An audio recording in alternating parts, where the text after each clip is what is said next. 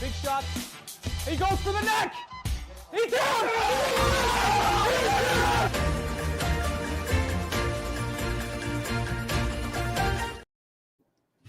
What is going on, guys? Welcome into the MattyBetss UFC preview show, and we have a special, and it's always special when we got a number next to the name. UFC 313 Pereira versus Ankalaev coming our way from Vegas this weekend, and I am excited for this. Of course, my name is Austin Swaim. I'm with FanDuel Research, and then, of course, joining me as always is the man, the myth, the long shot legend, Matty Tanner. So I'm going to bring him in. I'm going to ask him a different question than normal today. Matty, are you headed to Vegas for the fights this weekend? I'm here right now, bro. Okay, there we go. I want to see the view. Sure. Let's see. Always am down for the Vegas skyline. Oh, to be, I actually don't know if you're single by single, but to be not married and in Vegas again, single gambler's dream. So how you feeling about this card, bud? You excited? Obviously you made tickets out there. You're going to see the fights. Bro. You feeling good? I feel good about it. I think it's going to be an entertaining card. It reminds me of the UFC Miami a little bit. Interesting. Yeah. So, and I had a great time at that card, but I think it's going to be a good one. It sucks Dan Hooker's not fighting Gaethje, but I think this fight's going to still deliver. Yeah, absolutely. I mean, Gaethje Fiziev 1 was a good fight, so we kind of know what we're getting in the co-main event, that it'll be a good one. And yeah, obviously Poetan, it's like his second home is Vegas. There, you saw him at UFC 300 against Jamal Hill in Vegas, so he'll be back against Magomed Ankalaev. So we'll dive into some of those high-profile fights in a moment. Hopefully, we'll be able to look at some props and things like that. Interesting week for model results, and we got a lot of close fights on this card. I mentioned 5 of them are kind of in that pick 'em could go either way type of realm. Where like honestly the money line is pretty short, all things considered. So I'm wondering which ones you and I will be aligned on, which ones will be opposed on, and all that good stuff. So why don't we dive in? I have it here to the left of us anyway, so you don't need to see our faces any bigger, that's for sure. Jordan Santos taking on Azie Diaz. This will be the first fight up on the card at middleweight. Jordan Santos, my boy, I believed in him as a 3-1 underdog on the Contender Series, and he came through against Will Curry for me. Azie Diaz coming off his UFC debut, which honestly wasn't so fair to him. You see his weight right there. He was at light heavyweight. He took on Zhang Mingyang, who's got a couple of Chinese hammers on his hands as well. So he'll get a better second chance against Santos, but odds makers still think Jordan is going to get the win here. He is minus 205. So, Matty, what do you think about this first fight up here? Tough territory, I think, for a cycle pick. Yeah, no, this fight ain't making the cycle. I kind of like Azie Diaz as like a dog or pass spot here. Interesting. I don't mind his performance against Joe Pyfer. I mean, he got put away, but in round 2, Mignon Zan, is he fighting? Who's he? He just got announced the fight. Oh, that's a great point. I'm gonna look that up. Well, what is he fighting? Anthony Smith? Yes, that is a homicide. No way. Yeah, he is fighting Anthony. Yep. Home fight's own Anthony Smith, right? Yeah, Anthony's got to survive the first round. That's for sure. He's got to really weather the storm. It's the co-main in Kansas City, so that's the official. Okay. Yeah. So it's a tough fight for Anthony, but he's battled through some of them. So we'll see what happens there. But I'm not running to the counter to bet this first fight of the night here. But I'm leaning dog or pass. Yeah, I don't actually know. I think I did end up playing this because I wanted to make sure I got ahead of the number with a fighter coming later. But I like Santos here. Like I think that Santos is to me, I thought he was underrated coming onto the Contender Series. And when he put some pretty high level stuff out there against a guy in Will Curry from Cage Warriors, that I think the assumption was that was like his free pass into UFC that didn't end up turning out to be very free. And Curry's more of a grappler. I don't know if Azie Diaz has. This is more of a striker's delight in this fight. I don't see Diaz as a guy with a lot of grappling upside, especially with the way Santos defended on the Contender Series. And Diaz is a lot bigger. I think he's probably got a power advantage here, but I do trust what I saw from Santos, some of the really good stuff that he did on the Contender Series, plus 2.94 striking success rate, almost 6 significant strikes landed per minute against an opponent that I think is at least fringe UFC level. Like, I don't think he was a total fraud or a bum in Curry. So I like Santos here. I don't know if I would lay 2-1 like on Santos straight, or like hammer a specific prop here. It'd be interesting what the total is. I haven't even put thought to it, but yeah, I'm leaning Santos here. Yeah, I understand at a straight pick, but I'm kind of with you that I don't want to lay 2-1 on him, so that's just kind of why I'm just dog or pass here. I kind of feel like you're getting Azie Diaz at a buy low spot, and you're getting Santos at a higher spot. So yeah. Under 2.5 rounds here, minus 138. And then, you look at some of the exact methods. Santos by points actually the most likely outcome. Then exactly the same odds on his KO, plus 280 for both of those. Azie by KO, plus 380. And then Santos by submission, plus 440. And then Diaz by points, plus 490. So really just, I love data. This is a fight that has very little quality about tendencies. Like, I can like Santos all I want, but if I told you early, late, he went the distance on the Contender Series, but the under's favored here, as a bettor that doesn't have a lot of film expertise and knowledge, I'm not very comfortable in this fight with props. Yeah, that's fair. Shall we move on? Let's do it. Okay. I the minute I said maybe no cycle, I was kind of like, well, we'll see what comes up. And I'll be interested to see if FanDuel has props for this guy, the second fight on the card. It is a bantamweight fight that really gets at least a lot more experience right away. Chris Gutierrez taking on John Sexy Mexi Castaneda. We saw Castaneda. He was scheduled a couple weeks ago it may have been last week, if I'm not mistaken, at the Apex, and then got pulled off of that card. Gutierrez stepping in here on short notice. We have this at bantamweight because these guys are 135ers. It's a catch weight at 145. I think this is a super tough competitive fight. The pick'em price doesn't disagree with that. So, Matty, who you got? Yeah, no, it's a good question. I mean, I kind of like Gutierrez when he was like plus 105, 110 range. Now it's tight, man. It's a pick 'em fight. Yeah. I kind of think if you're gonna play Gutierrez, though, you just go the decision prop, and I'm trying to see if I can find that number here in Vegas because it's not on FanDuel yet. Oh my God.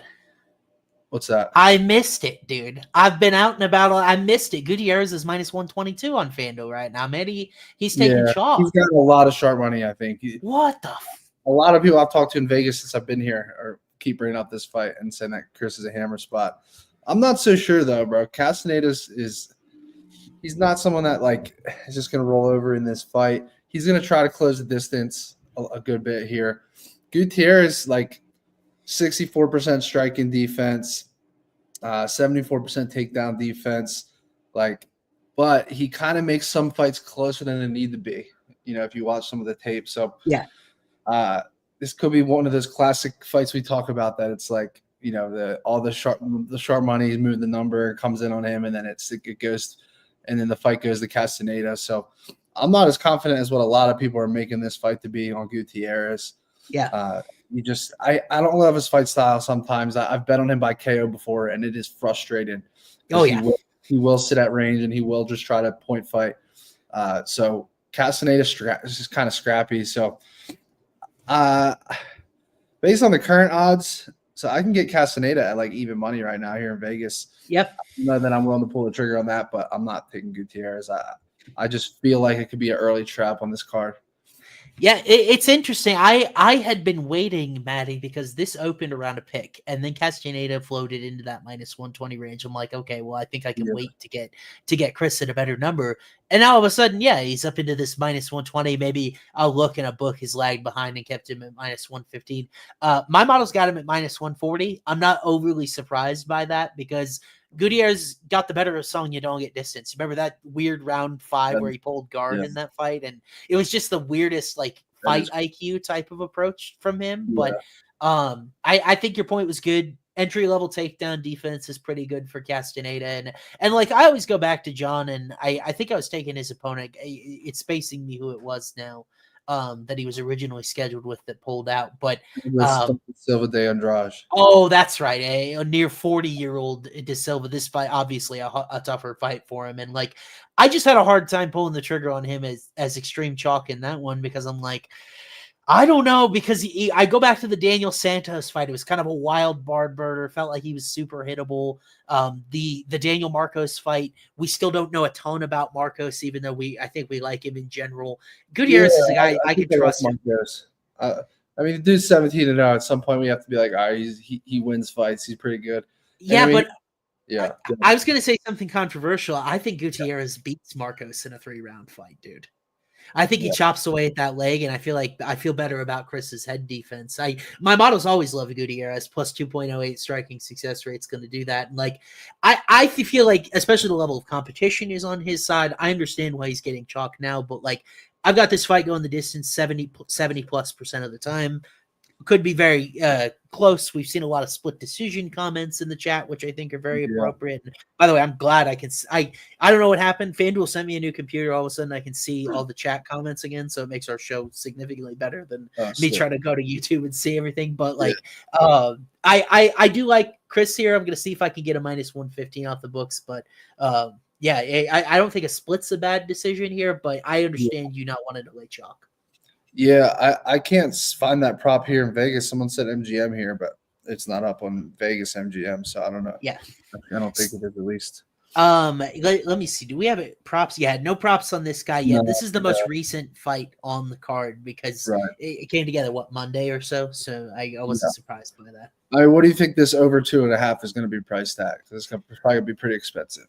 I'm guessing like at least -250 if I had to guess. And that's a little bit above where I've got it modeled per se, but like Gutierrez is a guy that I would feel more confident if you could bet specific knockout types, Matty. I'd be more confident in a leg kick TKO than I would be one with his hands. As in, like, he chops the other guy's leg off versus punching him out cold. Like, did he get like a flying knee or something on Frankie Edgar or something like that? He's not really a powerful puncher. He can find those highlight knockouts, but like, it doesn't come from punching, that's for sure. And it's like in the perfect spots. Like, it's not like he don't chase the knockout. Let's just say that. Yeah, just such a classic Factory X guy. You think of Royval, you think of Jonathan Martinez has left the gym, but the older prime version of Jonathan Martinez, chop away at the leg, ton of kicks, good cardio, good takedown defense. Like, I feel like I know what I'm getting with Gutierrez. Castaneda is a little bit more of a mixed bag. Yeah. Can you put that comment up there, Matty? Matty does not work for FanDuel. I do, and I've been very transparent about that. I cannot bet on FanDuel, all of the responsible gaming tools and things like that. I'm just doing this to try to help you guys, and I am allowed to bet on other books myself in states that are legal, but I do mostly do this as an assistance. And by the way, FanDuel usually has the best numbers, so I tell you to go there just because it got the best numbers. So I will always tell you to shop around. FanDuel encourages me to do so because it's a smart strategy for responsible gaming. So Matty doesn't work for FanDuel. I do not work for any apps. I think I need to make that clear because there are people that will get really tinfoil hatty very quickly about some of the other stuff. But interesting fight. I understand you don't want to lay chalk. And Matty, I guess maybe we'll see where the line goes this weekend. It could go. Who knows? We've seen some crazy. I wouldn't be surprised Castaneda is plus 125 by Saturday, truthfully. Yeah. I agree with you, bro. And it's like we've seen some weird line movement. Think about Sam Patterson last week against Danny Barlow. He closed like plus 150 after being like plus 225. I'm not supposed to laugh at that word, but I'm laughing at that word. We'll keep moving here. We'll move forward. But it's a good fight, and I certainly think it's a good one to tune into the early prelims for. As is this one, though, at featherweight. A fight I've been waiting all week to get Matty's take on. Mairon Santos comes off the Ultimate Fighter, looks super impressive, second-round KO of Con Ofli. Now we're going to kind of throw him into the actual UFC pool against a guy in Francis Fire Marshall who feels like not too long ago had the prospect hype himself. Isaac Dolgarian kind of stole it, but I think this is such an interesting fight of two guys below 25. Both honestly could be future ranked guys by their tools, by their age, what they've shown so far. And Santos is minus 350 to win this fight. So, Matty, is this classic Ultimate Fighter steam, or do you think Mairon is good chalk here? I like Mairon in general. What's the number right now? It's minus 350. No, it's definitely expensive. I mean, when you just look at Francis Marshall, he's racked up some experience now against some decent competition. I mean, he fought William Gomes, right? Yeah. He fought William Gomes, Isaac Dolgarian, Dennis Bajuka. I mean, Connor Matthews even.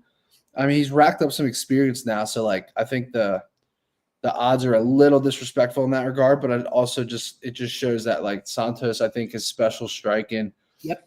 His KO in his last fight was pretty sick. Very quick on the feet. And he's also faced decent opposition outside of the UFC, or at least solid opposition. Yep. I think if you go Santos, you're going to go inside the distance prop here. Maybe the KO prop, depending on the number. But, as far as a money line pick here, I'm staying away from that type of chalk in this fight. So I put a small bet on Francis Marshall at plus 275. It's closed a little bit here. Obviously, I can't model Santos in his UFC debut, so don't have that going for me. But I in general have been the not Francis Marshall guy. He's very inefficient on the feet, 34% striking accuracy, lowest on this card. And there's not exactly like great high-level strikers on this card, but Marshall definitely has the wrestling upside here. It doesn't feel that way because of how the Dolgarian fight went, but there is a chance, I think, that Santos and his takedown defense, he could just spend this entire fight on his back. Like, to me, if I can get a guy in Marshall that could look minus 300 at plus 255, I think it's worth a look. But Marshall's shown good cardio. He showed good heart. His worst matchup outside the rankings at 145 might be Gomi because he's so long. He's so frustrating. He's hard to hit. And this is a guy that can't hit anything if, he couldn't hit water if he fell out of a boat already. It's about as frustrating of a matchup as it'll get for him. I don't know why UFC made this fight, because if they wanted to prop up Santos, there were much easier fights for Santos, including, I'd argue, Dennis Bazooka or a Connor Matthews, who was on the roster. Connor Matthews, for sure, I would have made that fight. I just can't trust the Ultimate Fighter guys. I really can't, because they are fighting guys that haven't had a sort of UFC high-level career. They're not put on the Contender Series, which is UFC's new baby about who they want to prop up. I have a hard time. We'll talk about in the future. We'll talk about Ryan Loder, the wrestling guy that beat Valentine on Ultimate Fighter, and now Myron Santos was that same card. And I'm just like, man, minus 350 is too expensive, and it's a small bet because I don't trust Marshall. But man, this price is pretty crazy. And as the fight goes on, it's going to favor Marshall. I honestly want to play Santos round 1-2 KO. Will be the only way I would play him. I don't trust him to win late, and I don't even know that I trust him to win a decision in this fight either. Sure. I think he's got to find a hook to the chin or something early. He's got to find a big shot early, and he has clean striking. Round 1 KOs plus 550, round 2's plus 800. I would look at maybe sprinkling those 2 rounds and see if he can just get it, maybe even get him out of there before he gets taken down or on an entry coming in or something. But that's where I would lean if I was going to play Santos in this fight. Who do you think has the power edge here? I think Santos has crisper, more precision and natural power. And Marshall probably has I don't know. I think Santos, but it'll be interesting because Marshall, we haven't really seen his chin tested, and Santos is a guy that will do so in earnest. So if you think maybe Francis is a little chinny, I feel like he's been pretty durable thus far. He's been willing to walk through the fire against a guy like Bazooka or some of the guys he's faced have just been absolutely Dolgarian has as much power, at least in his takedowns and his overhand rights, as anybody in the division. He's just such a big, strong dude, So interesting. Myron Santos by points, the most likely outcome here, plus 130. I'm looking at Marshall by points, plus 470, and it's I don't know. Maybe if Santos is totally devoid on the ground, you think sub, but I don't see Marshall finishing this fight. So if you like him, why not play plus 470 on the decision for a tenth of a year, Yeah, he's 4 subs, but they haven't come any. I mean, his last sub was 2022. Yeah. Any recent good competition, he's not subbing. Nope. His subs are all basic rear naked chokes from years ago. Yeah. And the tendency is just okay. 0.5 attempts per 15 minutes. That's not very high volume. So, hey, I'll tell you one thing though. Francis Marshall round 3 submission plus 4,300. Now we're talking an angle right there. That I can get behind if Santos doesn't get him out and gasses a little bit. Yeah. That could happen. A round 3 rear naked choke at 43-1. I might have to, just put a little sprinkle on it. Yeah, I mean, so it's like Mairon. I think it'll be interesting how he showed really good takedown defense on the Ultimate Fighter, not his most recent fight, but the Torres fight on the Ultimate Fighter showed really good takedown defense. But how about this 3rd round ground and pound loss to Dan Argueta on the ground, bro? And it's this back in. Wait, say that again. Dan Argueta in LFA finished him 2022 3rd round with ground strikes. Wow. So Marshall, I mean, like if there's a cardio thing going on, maybe I'll try to find that fight. If Marshall round 3 alone is 28-1. So yeah, you're better off. Well, yeah, better. Yeah, no, you're probably better off just taking the 28-1. That's a big number. We'll see. I'll have to go back and check and see if some of the cardio stuff is legit, or maybe it was just I feel like Argueta is a better wrestler than Marshall, so could be tough to replicate that result. But yeah, that's true. Yeah. Interesting fight. I'm glad. I think we're both kind of like leaning long shot type of dart rather than like Mairon Santos in the safe parlay, which is not something I would do in a million years. So we'll move forward. By the way, RIP safe parlay on how that Cop Almabayev fight ended last week. I had the Patterson Barlow under was razor sharp. Like obviously those guys were not going to go the distance. Oh my God, bro. And then the eye poke not called. Almabayev tries to get time. I swear I bet on more fighters that stop fighting because they're fouled and end up getting finished. If they would just continue defending themselves, I feel like Almabayev would have been much better off, but he ended up not defending himself. Cop caught him with an overhand right. And that was I don't think Almabayev had anything for him though. I just needed to fight to go the distance. Defense, but the eye pokes are. I was telling Gilbert and Moicano on the pod. I was like, the eye pokes right now is arguably like the biggest problem in the whole sport. Yeah, like you can't really find. I mean, outside of like Sal D'Amato and bullshit judging, like the eye pokes are legitimately one of the worst problems in the whole sport of MMA right now. It's pretty sad. Well, and this is where I want to be very clear. Matty doesn't employ me. I don't speak for Homofight. I speak as Austin. And you put all this R&D into these new gloves. They suck for eye pokes in the first place. And then you stop using them because you have a 3 or 4 month sample where there weren't any knockouts. And there were a lot of different reasons there weren't knockouts and things like that. So now we're back at square one with everybody getting poked in the eye again. And they spent all that thousands on gloves that they're not going to have anymore. And they didn't fix the problem in the first place. It's like Hayden said this to me perfectly. He says, he told me, he's like, well, the UFC's got to be first. So they can't just copy the Pride gloves that come over the top of the finger and that they're perfect so you don't get poked in the eye. UFC can't just copy that design, even though it would eliminate the problem entirely. Yeah, no, 100%. I'm just, it boggles my mind. And what I tell people is this sport is still in the leather helmet version. If you think of the NFL and like the leather helmets, that's how new UFC is relative to the NFL and like their growth cycle. There are so many stupid things that we do that we will not be doing in this sport from 50 years from now, hopefully because I'm in charge of it and after Dana's retired. But that's a discussion for another day. Why don't we move on here and talk about this welterweight fight between Carlos Leal taking on Alex Morono, your boy, who cashed you that guillotine against Tim Means in round 2. Hey, that guillotine right now, guess what the fucking number is? I just looked at it. Like an exact guillotine? An exact guillotine. You got to give me time to like look at the submission prop. And I'll tell you. So the submission, I'll tell you the submission. Okay. It is 24-1 on FanDuel. 24-1 on the submission? 24-1 on FanDuel, yeah. The guillotine is 33-1 here in Vegas.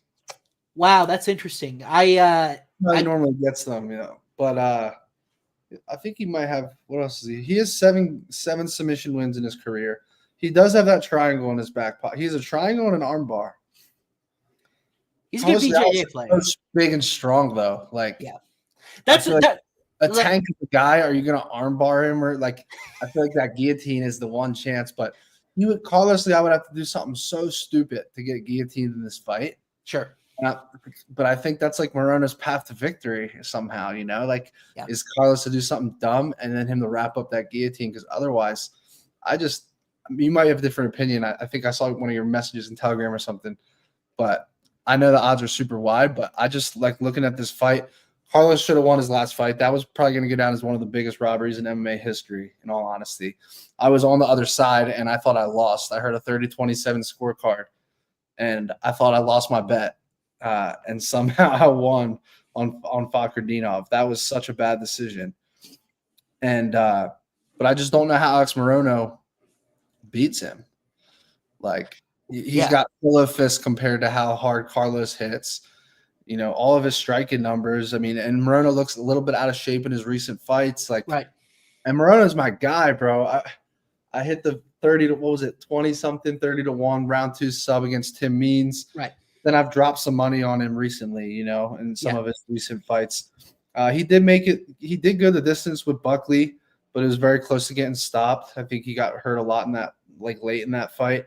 And then he just didn't look impressive against Nico Price. He looked out of shape. Daniel Rodriguez, split decision. The Ponzinibbio fight, I think, was his most impressive performance, and he just got caught late in round 3, you know? So, like, he's very streaky, bro. You know, he has some wins that I really like and some wins that I'm just like, what the hell? And, like, this number is insane, but I don't know what to do with it. You know, and the reason why I don't bet fights right away when I'm like kicking stuff around or I'm not sure, I can't model it or anything like that, is I did message the Telegram earlier this week and I'm like, man, that's a big number against a guy like Morono. But then I think to myself and I'm like, wait a minute, do I really want to play an aging guy from my least favorite gym in the sport in Fortis MMA that hasn't looked like he's been in shape? And honestly, I think Morono's always kind of been a guy who, with better conditioning, probably could have fought at lightweight, right? He's always been a little bit undersized here. Oh, for sure. Like him next to Buckley was almost looked like 2 weight classes apart. You know what I mean? Because Buckley's so big for 170, and it's like he had nothing for Buckley. Yeah, he had nothing for Buckley. And like Leal was so impressive in his debut against a guy in Fakhretdinov who, like you mentioned, we've been very high on. And like I know Renat's striking is not very pretty, but that is an ugly, grindy fight. He takes that fight in Fakhretdinov's backyard in Abu Dhabi, gets the robbery. I feel like Leal's athleticism and his explosion, like what would Fakhretdinov be about Morono? By the way, guys, I know the slide info is way wrong. We'll have to fire someone. We'll fire an intern. Back in the day, this slipped my radar with all the tech stuff I've had going on today. It's been a day, so I apologize that we actually fucked up slides on purpose just for engagement in the chat. Yeah, absolutely. We're just making sure you guys aren't asleep, that you're paying attention. But like. Leal was so impressive in that fight. Landed over 7 significant strikes. I didn't realize the weight was wrong too. Everything is wrong. Everything is wrong. Yeah. Morono looks 5'9". Except the odds. I think the odds are pretty accurate. They are. Yeah, Leal is minus 750 right now on Fano. I'll be interested to see what is inside the distance for Leal here, because Morono's shown to be a little chinny.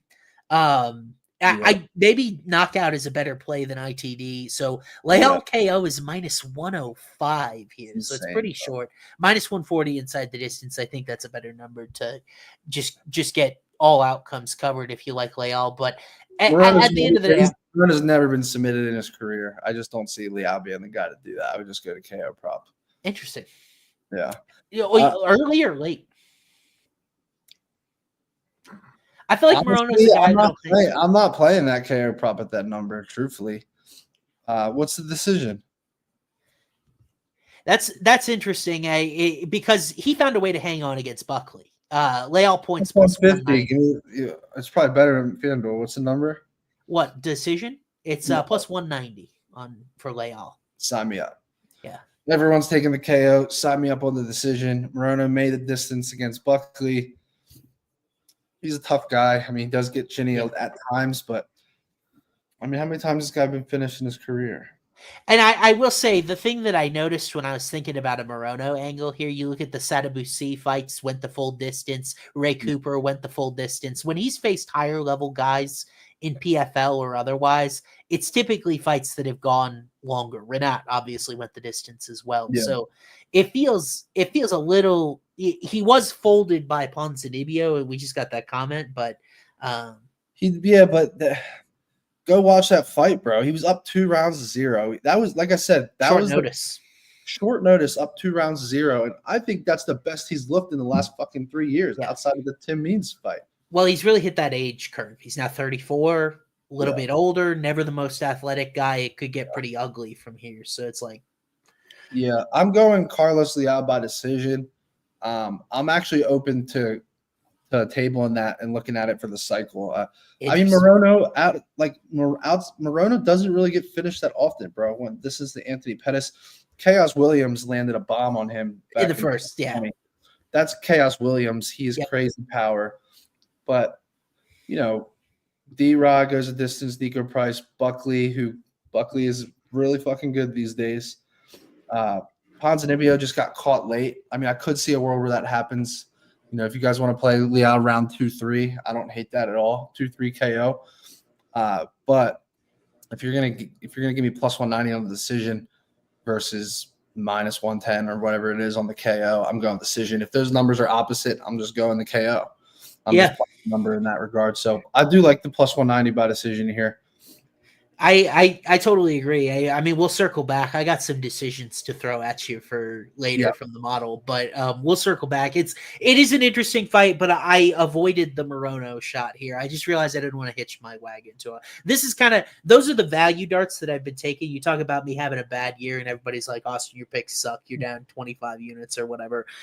Those are the decisions I've been making, I think, that I want to adjust away from, which is like, yeah, I do think there's value on Morono's money line, but do I actually think he's got a legitimate path to win this fight? No, because he's not the more athletic guy. He hasn't been winning rounds or points. Like he goes to a split decision with D-Rod. D-Rod is significantly more one-dimensional than Leal and not nearly the athlete.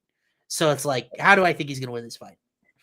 Yeah. 100%. And that's the adjustment I'm trying to make. We'll see if it ends up working, and I can find green here, UFC 313, like we're all trying to. This fight will be very important if I am going to find green. It was my first bet of the week. I love this fight here between Armen Petrosyan and Bruno the Hulk Ferreira, middleweight. Hulk smash, not quite in his last fight. Abus Magomedov was able to submit him in the third round, withstanded a couple of big shots, but ended up not going his way. And then Armen Petrosyan was on the wrong side of that. Sharo Magomedov double back fist heard round the world, and Petrosyan now has dropped consecutive fights by finish. So these guys aren't trending in the right direction per se. I was able to model this, but Matty, what do you think with Petrosyan as a minus 156 favorite here? I mean, it's I think Bruno's becoming like one of the more popular dogs I've seen, and I get why, because I think he's a higher finishing upside. He's got wrestling. Question is he going to use it? Sure. Petrosyan's coming off of the knockout loss, right? The what's his name? The Shara. Shara, yeah. Yeah, there's a lot of reasons to like Bruno as a dog here, honestly. I think if you're going to play Petrosyan, you maybe go decision or maybe late finish.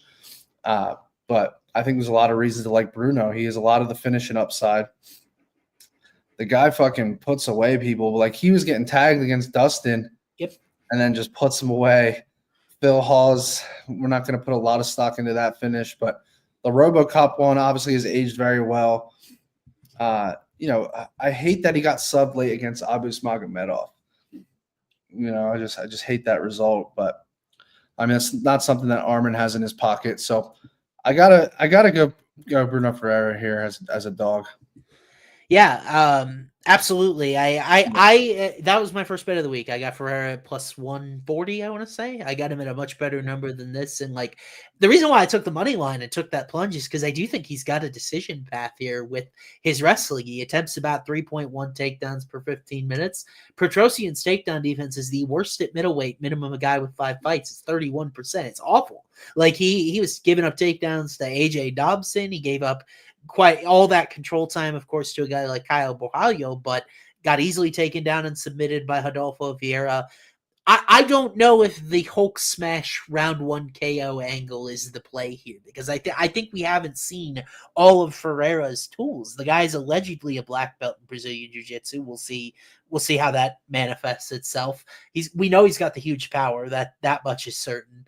And Petrosyan, now he's 34. I have to worry about chin concerns. I know his takedown defense sucks, and it really feels like his upside to win this fight is leg kicking the heck out of Bruno from the outside. And it's like, do I want to pay minus 156 for that?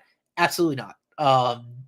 So I've been on some trendy underdogs. Some have hit, some haven't. Like, you and I both love Cody Brundage last week. He was a pretty popular pick in the MMA betting space, but ended up coming through because Cody was the more durable athletic guy in that fight. He was able to withstand some adversity. And I feel that way about Ferreira here, is that I don't think Petrosyan is going to have him in trouble at all in this fight. He might win it on points, but Ferreira almost certainly is going to have a flurry or a moment somewhere that's going to have Petrosyan in deep water. Yeah. Yeah. Again, he could be losing this fight until he isn't, Yeah. And it's hard to go against him when he just has more ways to win. I think he should come out and shoot a double leg right off the bat. Just be explosive, get on top position, start damaging Petrosyan. Like, you just don't want to strike with him for that long. You don't need to. Yeah. When you are a guy like Ferreira, we know he's got the exciting round 1 KO. Nobody complains about the way this dude fights. Doesn't his stock almost go up if he fights a more responsible fight and takes care of a guy who's really good on the feet in Petrosyan with an adult game plan? Like, my stock on Bruno would go up in that sort of fight. Yeah. No, that's how everybody beats Petrosyan. So I thought, depending on the number here, Ferreira's submission was like a long shot that I was going to consider. It's said plus 750. Points is plus 800. That means double chance is going to be sick. It is plus 390 sub or points. I almost want to do that and fade the KO with Bruno, even though I'm on the money line. So it's like I have a hard time picking whether or not I want to do that. I'm glad I'm on the money line, and I think plus 120 is good. I have Bruno modeled. It's a stupid number. I have him modeled minus 150 here. And by the way, 68.6% likely to not go the distance. Wow. Yeah. I like the fight to not go the distance. Because I think even if Petrosyan's kind of coasting, he could even maybe win late. What's the number not go the distance? Minus 225. So I'm going to compare here. Yeah. I'm going to see what I'm looking at. So that's about 69% implied. I'm almost right in line with odds makers. I'm almost exactly. Yeah. Funny how my stupid made up model can almost match the exact percentage that this fight may or may not go the distance at FanDuel. Crazy how that happens.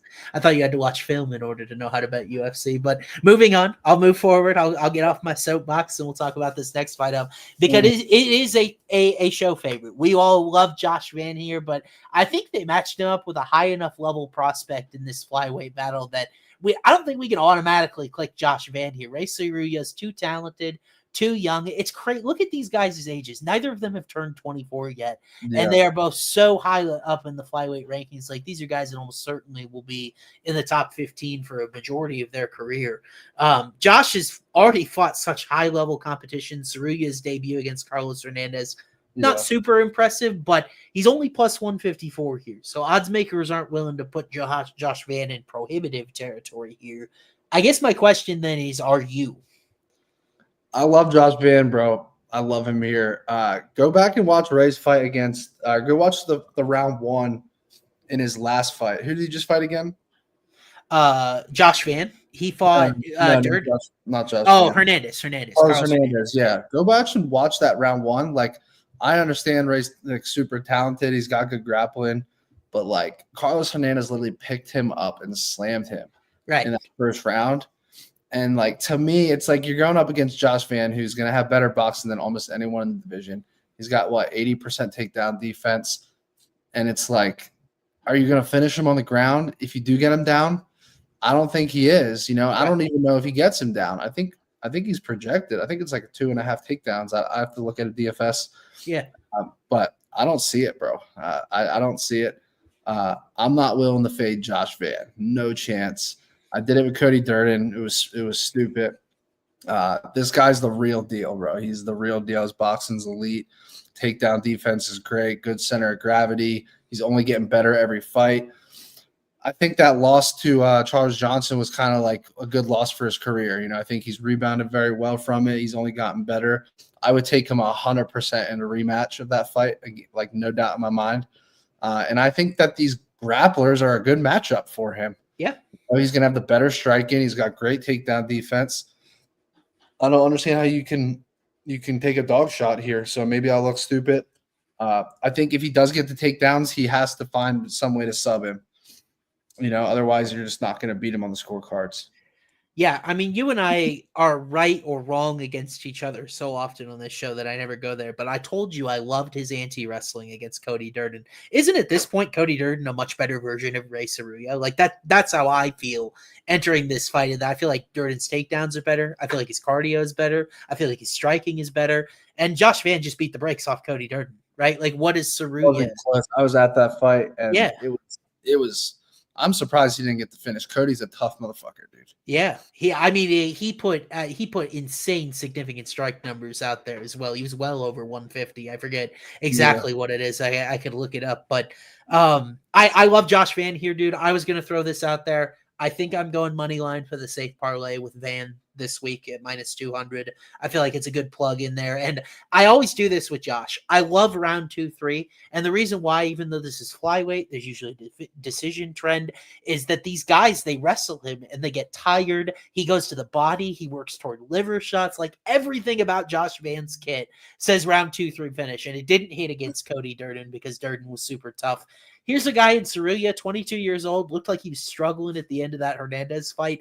I think he's got a little bit of quit in him, and I've told you this before. Fade, road to UFC, guys. If Rinya Nakamura ended up a total fraud and he couldn't get through Muin Gafarov, I do not believe in any of these guys. Like we saw Anshul Jubilee on the last pay-per-view, right? Ultimate Road to UFC champ got put out in seconds by Quillen Salkild. So it's like, I don't think those guys, I don't think that I don't think that those guys oh my god, I lost my train of thought.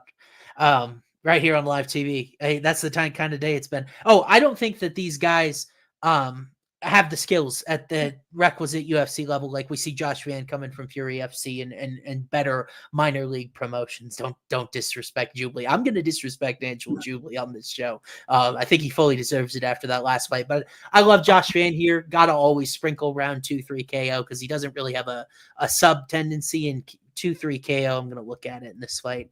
I think it'll be pretty good since he's only -192. It's +900, +1400. I like both of those numbers, quarter unit on each from yours truly. Yeah, bro. I'm in on Josh Van. I like him a lot. Yeah, and more than likely, divisional trends say points, and that's why I think the money line is the play in the safe parlay. And I don't ever advocate parlaying, guys, but I honestly think I'd lay -200 straight with Josh Van. 2 units to win one. Feels fine to me. I'm fine with that as well. Yeah. I like Josh Van by decision, but it also scares me because, like, if Ray's not getting them takedowns, bro, you don't want to be standing for 15 minutes with this guy. Yeah, like you just don't. Not everyone is as tough as Cody Durden. And Van could get the KO. The KO is +280, decisions +160. Can you put that comment in chat? Got to admit that fight with Jubilee was stopped too early. Bud's head bounced off the canvas like a basketball. Okay, if you want to talk about early stoppages, Asu Almabayev's on a single leg takedown last week as the fight is stopped. Like he was defending himself and advancing toward a takedown, and the fight was stopped. That's an early stoppage. Buddy's head bounced off the canvas like a basketball. I'm not going early stoppage there. So enough about Angel Jubilee, and hopefully enough about Road to UFC. And Josh Van is able to cruise through there for us. And on to our featured prelim, Matty. Should be an interesting one here at heavyweight. I have a specific conspiracy theory, tinfoil hat. I should have made up a tinfoil hat about this fight. Curtis Blaydes taking on Rizvan Kuniev. Kuniev coming off the Contender Series. How about a top 5 heavyweight in the world for you? Of course, Curtis didn't go his way last July against Aspinall in the interim title fight for UFC heavyweight that is defended. It's kind of weird what happened there. But honestly, I think it was a title fight for Curtis Blaydes. Went out in round 1. Still, Tom Aspinall's so good, it's like you have a hard time holding it against him. But now, can he rebound here against a guy in Kuniev that has had success in PFL? He comes off the Contender Series. Odds makers think so. He's -370 to win here. What do you think about this fight, bud? Because it's just a weird fight. It's such a weird fight that I'm like, is it that crazy that Rizvan fucking KOs Curtis Blaydes? Like, no, it's not crazy. I don't think it's that crazy, bro. I've been looking at that number like all week because it's a fucking massive number. Let me pull it up again so I don't misquote it. I don't know, dude, because like Curtis Blaydes should win this fight, especially if this guy's not roided up this time. I mean, he should win this fight. But man, that KO plus 650, Curtis Blaydes, every time he loses, it's because he gets chinned. Sure. Like every loss in Curtis Blaydes' career is just against power punchers. He beats everyone else. I don't know that Rizvan's necessarily like a power puncher, but he can knock out guys. He can also get ground and pound. Plus 650 is an insane number to me. Curtis Blaydes, who continues to age and has continued to look chinny at times. But this could be a fight that Curtis Blaydes just kills him. So it is tough. Moicano's talk, I think, because Rizvan's an American top team now, right? Yes. Yeah, so Moicano's talking a little bit about him. He said he hasn't really seen him train, but that KO number is just staring at me, bro. I'm gonna be honest. It's heavyweight, man. They're not there every day like Moicano is. That's for sure.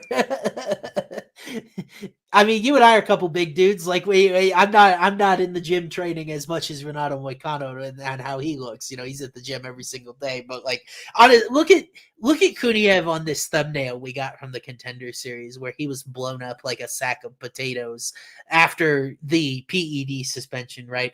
Here's my tinfoil hat conspiracy here.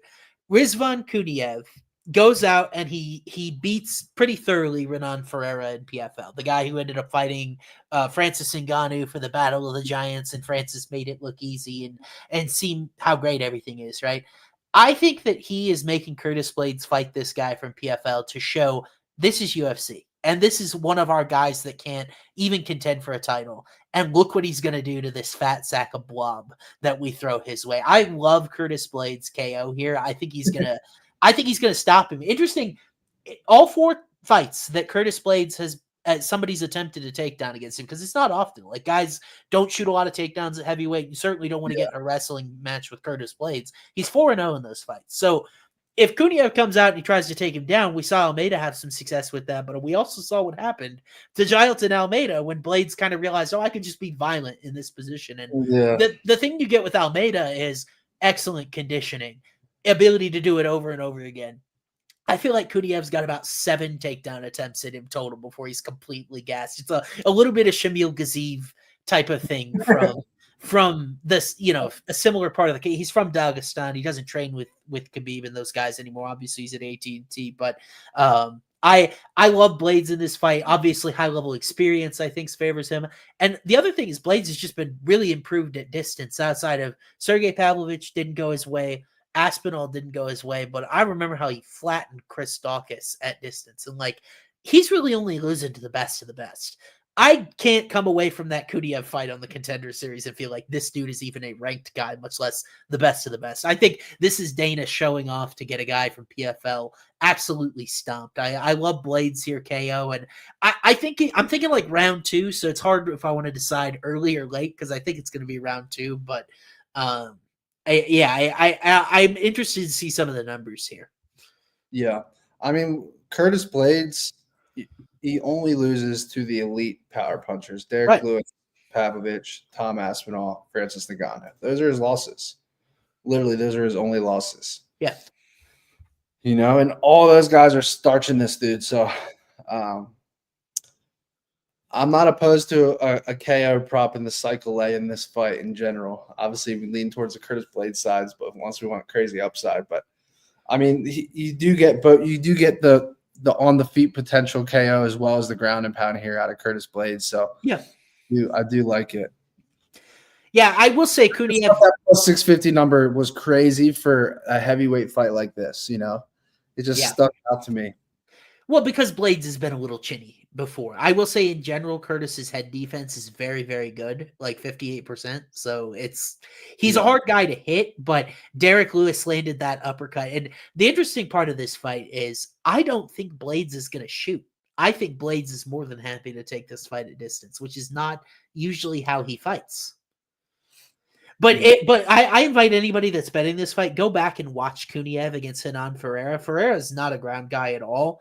Ended up reversing Kuniev at one point. He had him pretty deep in what I believe was an armbar. It was something from the bottom, and then Kuniev was able to scramble out of it. But like, these are dangerous situations against a guy in Ferreira that doesn't fight on the ground at all. Curtis Blaydes lives there. So I wouldn't discount. It's been a while since we've seen Blaydes on top just pound the shit out of some guy like Alistair Overeem way back in the day. I'm dating myself with that, but like I think there are a lot of methods to Blaydes KO. And by the way, he's never attempted a UFC submission attempt, so I'm good to just take the KO props. I don't think it's in his kit. The thing about Curtis Blaydes is like we can count on him to go for it. You know. Yep. His decision is against durable guys. I mean, Alexander Volkov. But like if he gets on top, he's gonna land vicious damage on you. You know. Yep. What was his other decision? Rosenstrike. Yeah. His eye was fucked up in that fight. It was blown up. You know. Yeah. And Jairzinho has proven cardio and a gas tank, and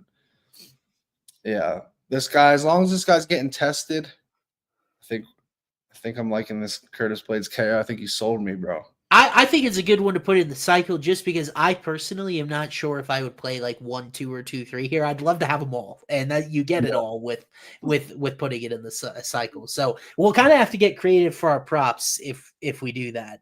Like with a submission, it's another tough card for a submission, man. Other than I guess we'll talk about Poetan later and see what the number looks like and if you even like it or not this time, because I know you're always playing Poetan sub. But before we get onto the main card and onto Poetan and all of the good stuff to come, a quick reminder from me that make sure to check out our home of picks process. Our boys Hayden and Nolan have been crushing it this year. They are up a combined 13.39 units, down to the 100th of a unit for you. That means $100 bettors are up $1,339 this year alone. If you're interested in seeing what they're all about and trying them out for free, you can use code 313 at checkout to give you 7 days free. That'll get you all the way through UFC 313. We got a link there as well in the YouTube comment section, or you can visit at the HOF Picks on Twitter. Again, I don't sell picks, but I do respect the heck out of Nolan and Hayden's fight IQ. They actually watch film. They are pros. That's why they are up 13 units this year. And Austin's model isn't yet, but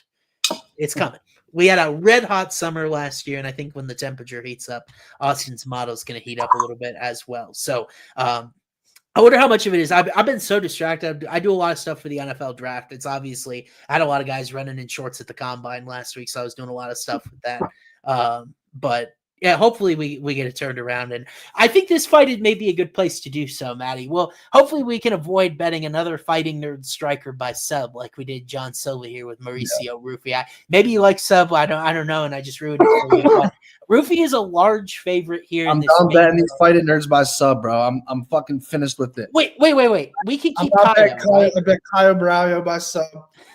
Perfect matchup for him to get a sub. He doesn't even fucking look for it against Castaneda. He said, "Oh, I'm just gonna fucking outstrike this dude for 5 rounds." I'm done. These fighting nerds guys, I'm going double chance KO decision every fucking time because they don't want submissions, bro. They just don't. They literally don't want submissions.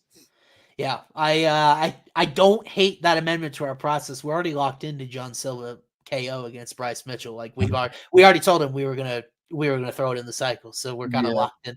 We'll see. Are we feeling that way about Mauricio Ruffy KO? He's taking on King Green. I got to be sure to respect the legal name change there for the artist formerly known as Bobby King, whatever you want to call him. He's now 38. He's coming off that weird submission loss that some people looked a little bit bogus and phony in London against Paddy Pimblett. But Paddy showed off his ground skills in that fight. Is King Green able to rebound here against a guy in Ruffy that maybe some people are selling a little bit because he didn't get the finish in his last fight against James Yontop? But Matty, what do you think about this fight? I think James Yontop has a fucking brick for a head, for one. He does. I think has he never been finished? Am I accurate saying that? I don't believe he's ever been KO'd. I'll tell you one thing. A guy that's as fluent and as good with counter-striking as Mauricio, you don't want to be a guy with your hands down like Bobby Green fucking with head movement against. I think this is the easiest KO of the whole night right here. By far, I'm going Mauricio by KO. What's the number? Even money? Minus money? It's probably minus, isn't it?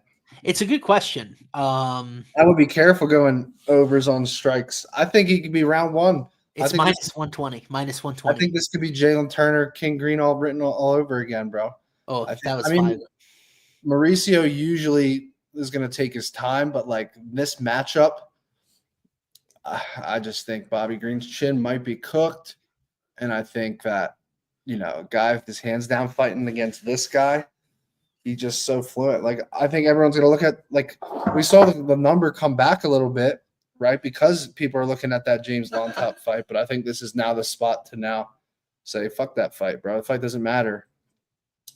And I think Bobby Green is like the worst style to go up against Mauricio. So I'm going Mauricio by KO, probably 1-2.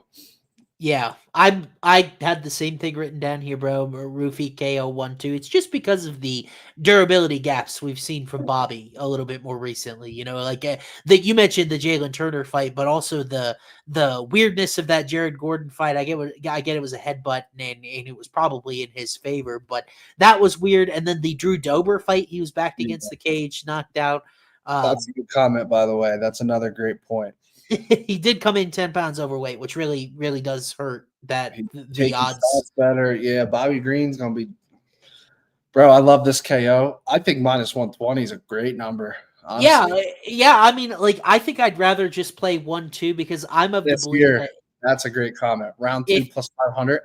You guys already know I'm going to do a round 2 parlay, and this one's going to be in it for sure. I like that a lot, but I will say if this fight gets like round 3 headed toward a decision, we saw Bobby Green take the last round off Rafael Fiziev. It could get a little hairy because he's a super high volume guy.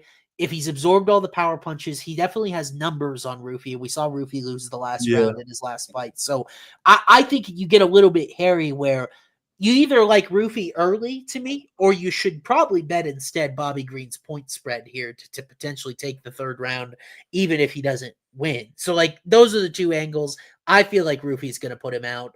His distance striking stuff is still so good. 59% striking accuracy, 60% defense. Obviously hasn't surrendered a takedown. I don't think it'll be an issue here, but like Young Top is all heart, chin, cardio, not cutting weight, cough, and Bobby doesn't have all of those things at this point. And like some of his biggest wins recently, Tony Ferguson, ultra washed. Like you go down the list. Who are his good wins, Bobby's recently? Like, does he have any?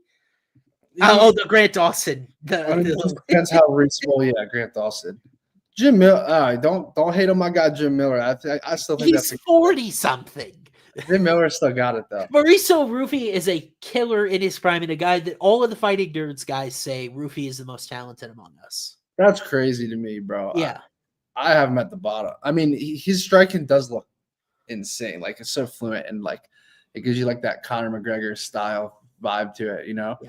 But I'll say this: Gene Silva and Caio are fucking nasty, bro.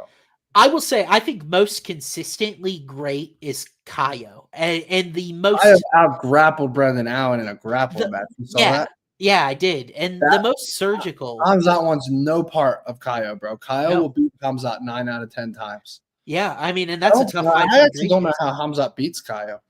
I really don't, bro. Like, you're not gonna round 1 choke him the way you're gonna do to some of these other guys. Like, and Hamzat's gonna fade as the fight goes on. Caio would beat Hamzat. I would take him. I mean, what do you even line that fight, first of all? But I would take Caio every single time in that matchup. Hamzat is going to be favored over anybody he gets match made with. That's just kind of the myth and the lore around him at this point. I would play Caio as a dog in that fight. Yeah. Ruffy, we got a comment like I'm worried about his chin and durability with Ruffy. I wouldn't be. Bobby has never been a puncher. He's got a sub 0.4% knockdown rate. It's just not a concern, like he starts Grant Dawson, but Dawson is proven to be chinny in several matchups where that was such a quick, bro. Let's be honest. If Grant Dawson fought King Green 100 times, Grant would win 90. Winning by ground and pound 8 out of 10 times. Yeah. Especially this new and improved version, it's just that's why MMA is such a meme, and it may be a good lead in for our potential main event. But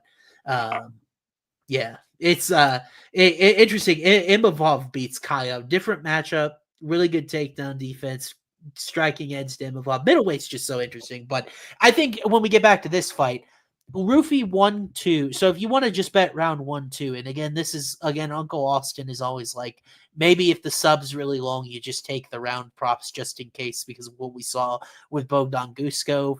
Round 2 is plus 105. FanDuel actually offers KO 1-2 is plus 130. So, like, what's the tangible difference in those numbers to a point where maybe you wouldn't want the sub just in case? I want nothing. I want zero to do with a sub from these motherfuckers, bro. Zero. They're going to get us, Matty. They're going to get us with one at some point, bro. They're going to get us. Zero chance. He could be on Bobby Green's back on the ground, and he's going to be punching his face from below. You know damn well these guys are not chasing these subs, bro. Give me the KO. Right now, it's Mauricio Ruffy KO or Curtis Blaydes KO for the cycle as of right now. I like them both. It's like picking between my children. I'll have to put some thought into it. I'll have to put and some the numbers are Oh no, Curtis is plus money. Yes. Yeah. So we'll have to see how it comes out from a formulaic perspective. But I really do. I think it's a good buy low spot because he didn't get the finish with all those circumstances against him against Yontop, and Green is old and washed and has only beaten old and washed guys. Sorry, Jim Miller. So moving forward here, strawweight, women's strawweight, the only women's fight on the card, by the way. Amanda Lemos taking on Iasmin Lucindo, Matty, and this is a fight that I had circled where I genuinely don't know which side of this fight that you're going to be on. I have seen guys have very strong opinions about both sides of this fight. I haven't bet it at all yet. I kind of had an interesting angle that was more of like a for fun type of sprinkle thing, but it's not really legitimate action. So Lucindo, this started around a pick'em. Lucindo's ballooned up a little bit to minus 136 here. I get it. She's 14 years younger. So what do you think about this fight in general, this stylistic matchup? I love Yasmin Lucindo, bro. I feel like I'm on an island here. Everyone I know, everyone on social, I see everyone taking Amanda Lemos in this fight. Really? I don't understand it. I mean, the number has moved a lot, right? Lucindo was a dog. Way long ago, but I'm talking just this week. Lucindo was short fave to now moderate. I think this is a perfect matchup for Lucindo. She has strike and defense, right? She can get takedowns. I think she can rack up a lot of control time in top position here. Like get takedowns, get on top, be patient. I think Amanda Lemos lost years off her life in that Weili fight. Like I think she's on the back end of her career. I just think, she got subbed by Bruno, right? Yes. Yeah, and that's what scares me because I wanted to go Yasmin Lucindo by decision in the cycle, or at least consider it here.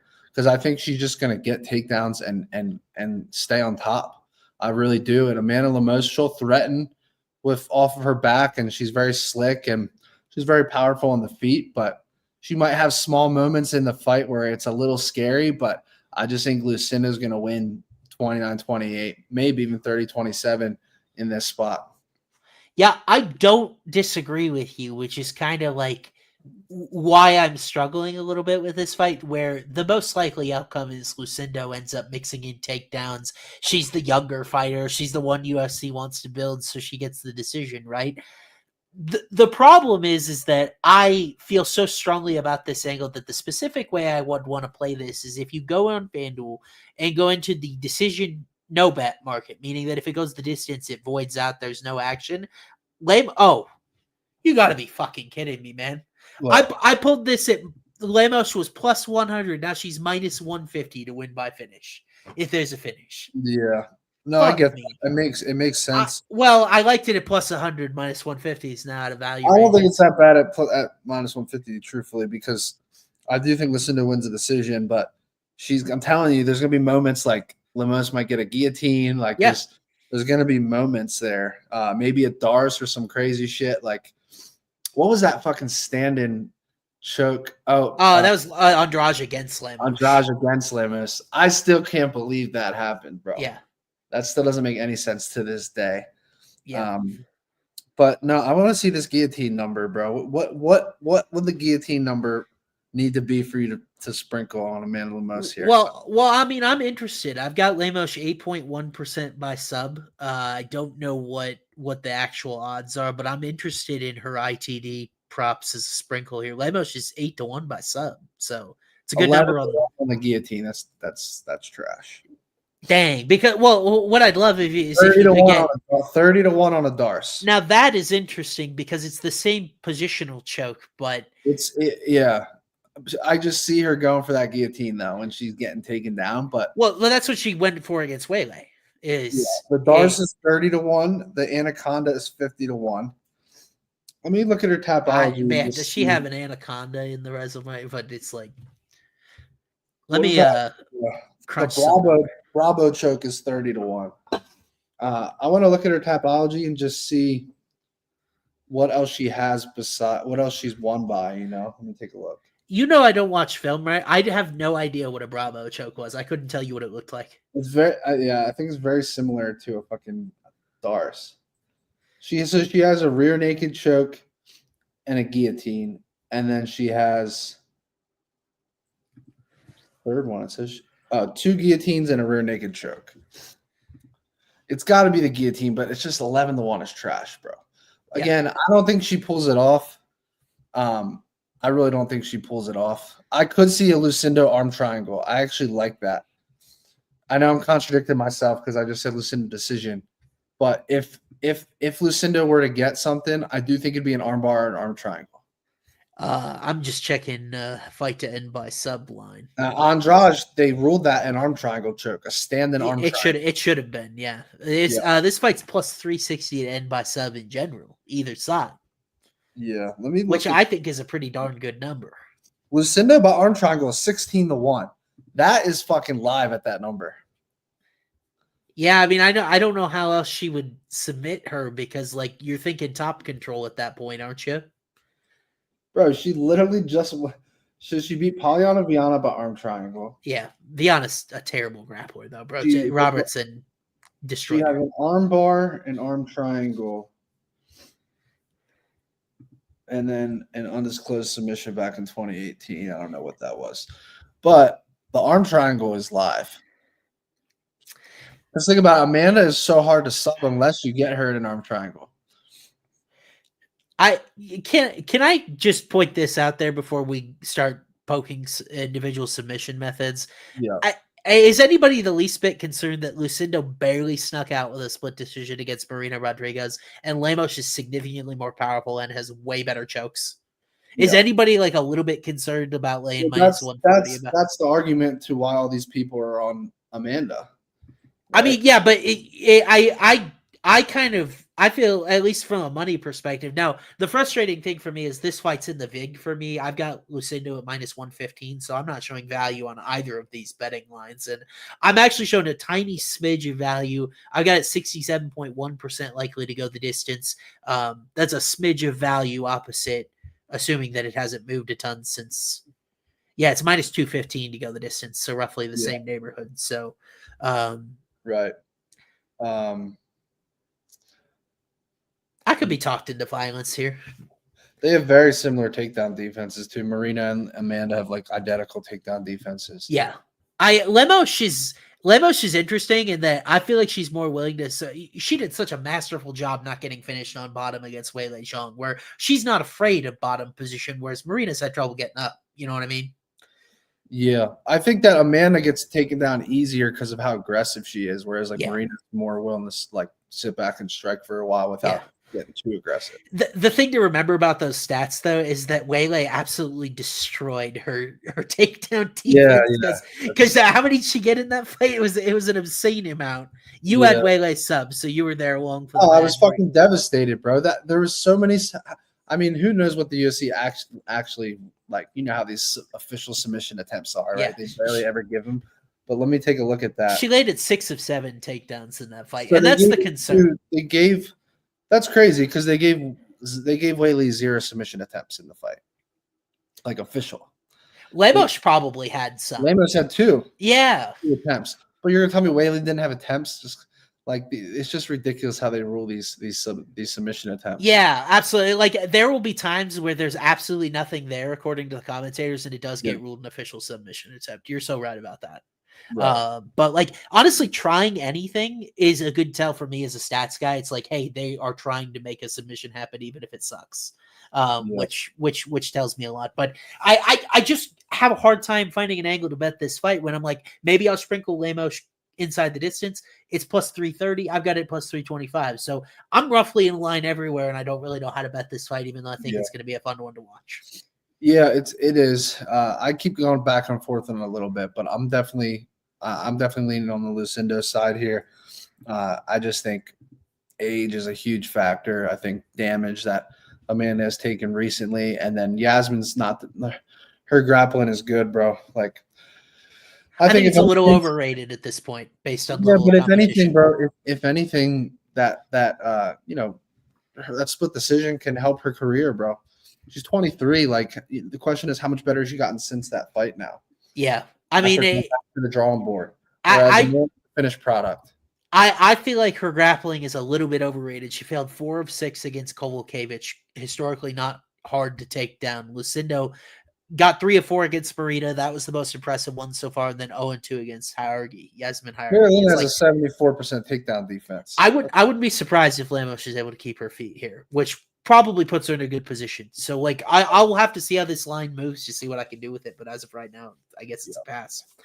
Y'all are yapping about this one. Move on. Good point. Let's move on to this third to last fight. How about an absolute banger, Matty? If I still did Fight of the Night on my podcast, this would absolutely be Austin's Fight of the Night. I think it's the best stylistic matchup on the card between two of the longest guys at 155. Jalen Turner, Ignacio Bahamondes. They're huge. They're powerful. They've shown some submission upside. They're not even 30 yet. And therefore, it's one of the closest fights on the card when they're really so similar. Ignacio's was taking a little money. It was a pick 'em on Sunday. He's now minus 130. Matty, are you on board with the Chilean here, or is the Tarantula as an underdog somewhat appealing to you? I love Ignacio in general. Long term, I think he's a savage. He's fun to watch. He gets finishes. But now that this number has, I just can't help to think this is just too much too soon. And it's like all the advantages Ignacio has over his opposition, he doesn't really have against Jalen Turner. I feel like this is another fight I'm against the whole world on. Everyone I know is on Ignacio here. And I think he has a good chin. He has crazy good striking. He actually has some decent submissions, and he's got good grappling, training with Leal. Mm-hmm. But, dude, Jalen Turner, bro, he was the dark horse of the division, and it's like we kind of like this is kind of a great buy low spot on him. He's still young. You know, he's not washed. He's not old. He said he spent the last year, like, training his ground game ever since that Moicano fight. You know, so which I think is huge for him. The dude he's got such good length, bro. You know, he had some nice submissions earlier on, you know, but he's kind of a strange submission guy, right? Like he snatches shit up, but like at the same time his grappling's not that great, if that makes sense. He's kind of like just a finisher, you know. But no, I'm going Jalen Turner, bro. I honestly don't even know how he gets it done. I think he could hurt him in round 1. Both these guys throw great head kicks. I do lean Ignacio's chin, which is the one thing that's making me a little more hesitant. Like he's super durable, but I just think Jalen Turner and the experience, and then the recent losses, right, are high level guys. You know, Gamrot, Moicano, Dan Hooker. How the fuck did Dan Hooker survive that case? That's crazy. Right? Yeah. So like that. The question is, though, Ignacio can probably survive that too. You know. But I'm going Jalen Turner. It's a scary pick, but the odds are the number's the number, and plus 102 for a guy that's been there and has fought top level guys. It's better on some sites, by the way, than FanDuel. I would shop around on this number. Yeah. I love Jalen Turner here too, bro. And I do feel like we're kind of going against I feel like we're going against the whole grain. I feel like everybody loves Ignacio in this fight. But like look at Jalen's 3 losses that everyone's down on him for. Mateusz Gamrot, Manny Moicano, Dan Hooker. Like it's like, oh my God, like Bahamondes had trouble getting through Ludovic Klein, who he had all of this size and length, and his takedown defense completely failed him in that fight, and it probably won't be an issue here. Turner's a guy that I don't even know if he shot a takedown in UFC, but barely has any, about 1.5 attempts per 15 minutes. But Turner's not really a grappler. Like you said, he's more of a hurt you and then front choke kind of guy, which is, by the way, a super fun archetype. Like if I was going to build a UFC fighter like that fun with in UFC 5, that's the type of archetype I would want to have. I don't know about its effectiveness. And like, I don't feel like Jalen was worse on the ground than Benoit Saint Denis was against Manny Moicano. And the thing about that Moicano fight, if he didn't prematurely celebrate, he probably throws another hammer fist to Moicano and ended his night there. Instead, he did the walk-off thing, right? No. I'm not a Ludovic Klein hater. Hold on. I don't want to get picked as a Ludovic Klein hater, but I'm just saying Jalen Turner is a super dangerous guy inside the rankings. And Matty, I think your point is most notable.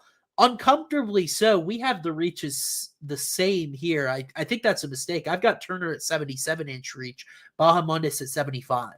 So like Turner, these guys are both used to being so much longer than their opponents. Yeah. Turner will be the longer guy here. I think that matters when it's such an unusual stylistic matchup. And like Turner to me is a guy that I have always loved him. I don't feel like I have any questions about his chin. He's now gone 3 hard rounds with some of these guys.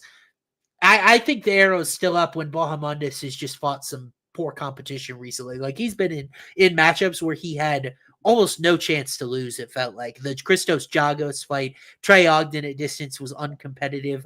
Wrong shoe. I mean, he beat Cody Steele, but still not super high on him. Like the Manuel Torres win was the most dominant. It was the quickest one, but we don't know shit about Manuel Torres at this point. He was just El Toro Loco, this guy that came in and got all these early finishes and then turned out to be a little bit of a fraud. We don't know anything about Manuel Torres at this point. So like, I feel like favored status here is nuts. And I'm going to have to crunch some numbers because I've got interesting results as far as like a model perspective. I've got Turner 24.3% by knockout, 14% by decision, 10.3% by submission. So I'm guessing decision is going to show the most value just looking at these numbers because so I've got KO plus 315. I've got sub plus 870, and then I've got decision if I could type correctly. I got decision plus 620. So I'm actually not showing value on any of those. Just because of the VIG and things like that. I mean, I've got him a tiny like coin flip underdog here, which is kind of why maybe inside the distance. I still am looking for the right way to play. Jan, what do you think about? I just don't like a lot of subs on this card. To me, Turner's a guy that has the tendency. I think he could hurt Bahamondes and jump on one. I feel good about Ignacio's chin. What do you think about Turner 7-1 sub? Yeah, I was looking at the exact subs and the numbers are trash, dude. Oh, that sucks. Trash. I mean, it's hysterical when a book here in Vegas exact sub is like the same number as a FanDuel submission. It's like, it's hilarious. It's like, bro, I'm getting, what is it? I think it was like 8-1 on a guillotine. Yeah. All right. 8-1 on a guillotine, 7-1 on rear naked choke. I think Jalen Turner by rear naked choke is super live. You know, he's got to jump on the back. He's done it so many times, dude. 1, 2, 3. He's, I think, 3 or 4 rear naked chokes. Would you not lean front choke? Not really in this fight. Not in a striker versus striker matchup. I don't think so. Am I mistaken? I thought that he hurt Brad Riddell on the feet, and then there's a mounted guillotine. Oh, interesting. Yeah. That still counts as a guillotine, right? Right. Yeah, it does. I just think that I don't know. I think that a rear naked choke is a lot more live in like a club and stuff scenario, or even if they kind of grapple up against the cage, maybe he like backpacks him or something. Yeah, so, I don't know, but I mean, we'll see how much grappling's even in this fight. You know. Yeah, guys, get this little peasant off the show. Yeah, we get paid by the bookies. Get the fuck out of here. I mean, I am actually paid by a sports book, but like it's You're my job. You're employed by FanDuel, but yeah. Anybody in the industry that honestly believes that people are giving out picks to purposely make people lose is the biggest fucking idiot on the planet. These sports books don't need anybody to feed you guys picks to lose. Like, how stupid can you be? Yeah, and like realistically, so. Think of it from this perspective and what I've always been told about my job. If we're doing really well on an article, we get 10,000 clicks. We maybe get 2,000 people that actually read the article. That is such a small percentage of traffic for like who's betting Celtics Warriors in prime time that like they want me to get those picks right because it's positive association for the brand. But nobody's ever told me to bet anything in UFC. In fact, Matty and I were joking about this yesterday. FanDuel doesn't really focus a lot on UFC, you know, like some of the offerings and stuff like that. Like it's for somebody to say that we purposely send someone to bet a losing pick. If we knew a pick was a losing pick, wouldn't we just bet the fucking winning pick? Yeah. And like win that way? Like how stupid can people be, bro?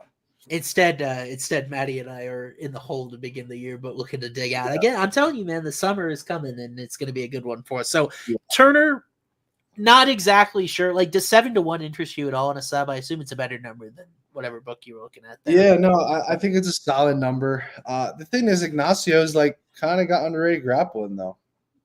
He does. I mean, he had that. I remember he submitted wrong Jew, right, in the third round. Yeah. I do think that if Turner gets on his back, I do think it would be hard to stop a rear naked choke.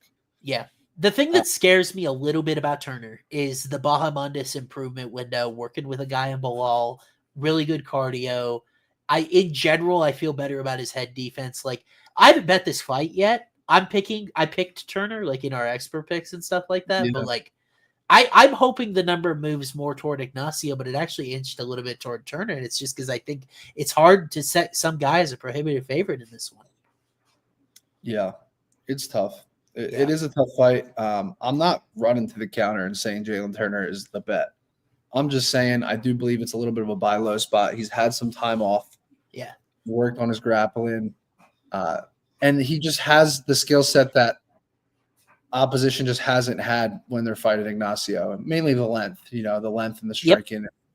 I mean, let's not forget a couple years ago, we're like, oh, Jalen Turner is the dark horse of this division, and then he loses to some grapplers. And now he's in a striking matchup. It's kind of like, this is a buy low spot.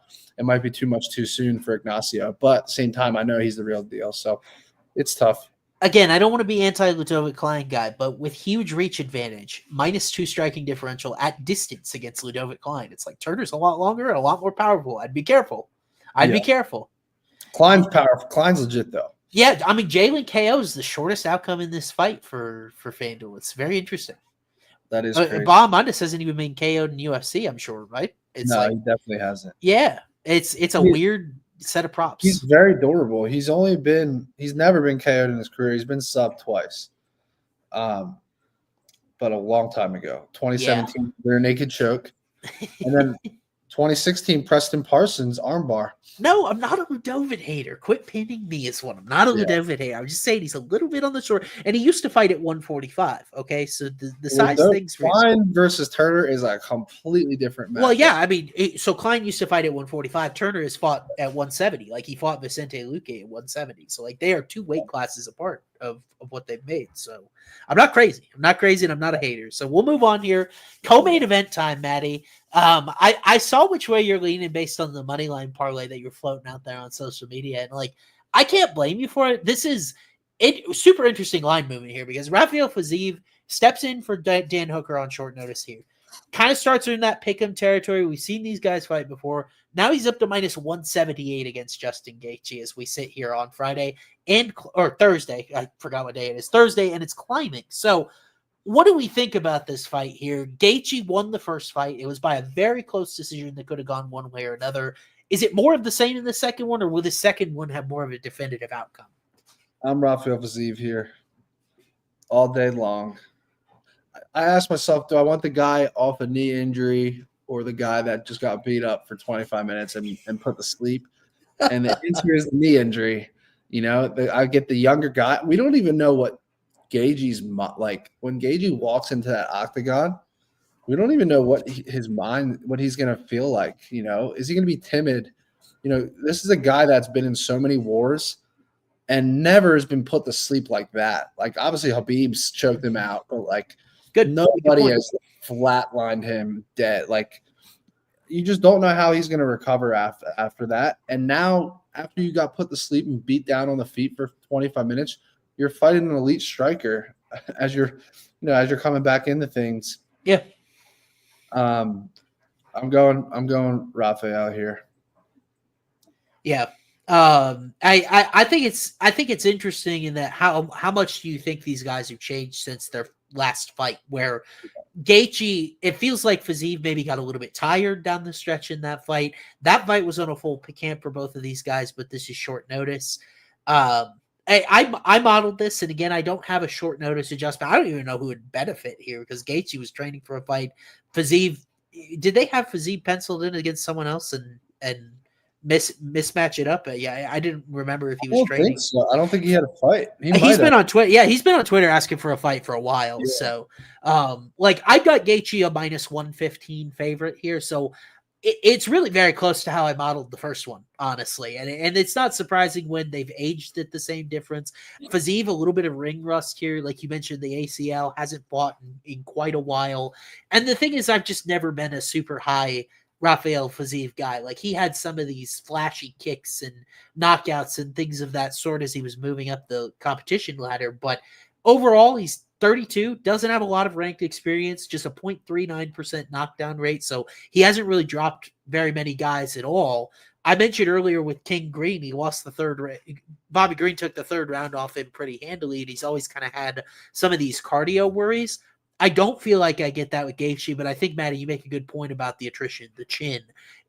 Heck, if he loses this fight, is he retiring? He's 36. Like, it's not crazy to think he might walk away entirely if he gets put out in this fight. You know, it's like he's saying some things that are a little bit concerning, like just talking about like being healthy. But this is his whole life, bro. I don't think he's not married. I don't think he has kids. Yeah. I don't, right? I don't believe he's married with Kay. Like I've always assumed he was kind of a lifer in the game, that type of thing as well. Like he's wrestled in college, and it's funny. Both of these guys have said they're going to be more aggressive and they're going to bring the boom. But I think when you're standing across from Gaethje's right hand or Fiziev's kick, you maybe played a little bit safer. I've modeled this one 62.2% likely to go the distance. So I love this fight to go the distance plus money either side. So Fiziev or Gaethje, I could see. I mean, Fiziev almost won the decision. Some people think he did win the decision in the first one. My primary play I had circled here was the over. I definitely, with Gaethje model as a favorite, have to really consider if I want to bet him in this spot. How much do I want to bet him? How do I want to bet him? I've got him a little bit more likely to win a decision just based on the numbers he puts out there, and that's what happened last time. Do I want to play the exact same angle as last time? I feel like the price is good enough that I kind of do. It's an interesting fight, Matty, but if you're just straight picking Fiziev, I can't blame you at all. Yeah. I like Fiziev by KO decision, obviously.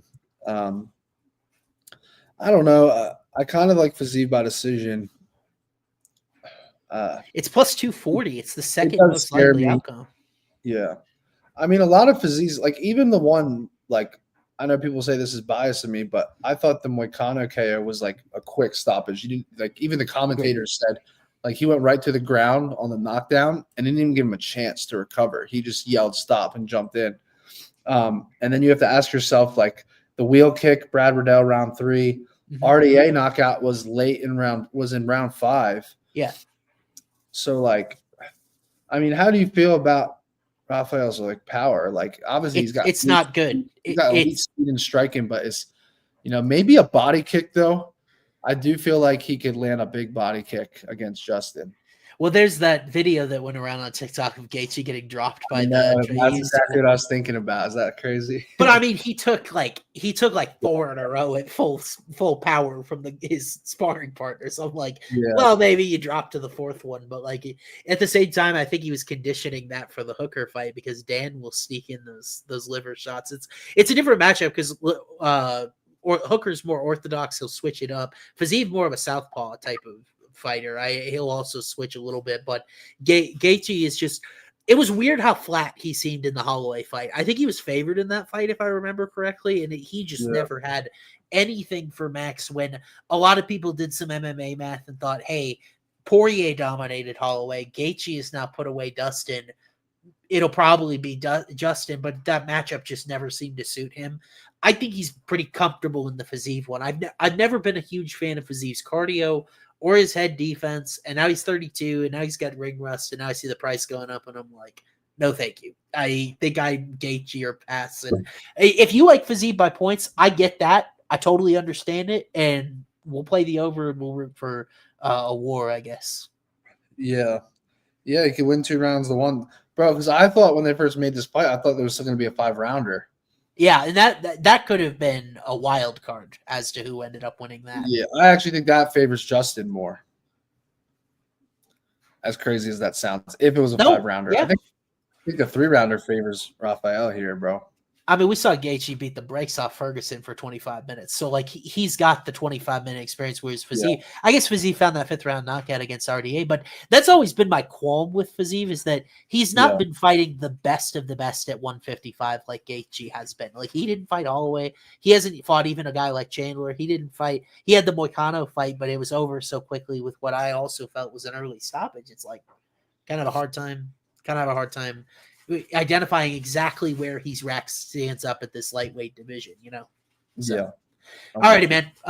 Why don't we move on? We'll put a bow on it. We got a little long today. We appreciate you guys hanging in there. It is time for us to discuss the main event.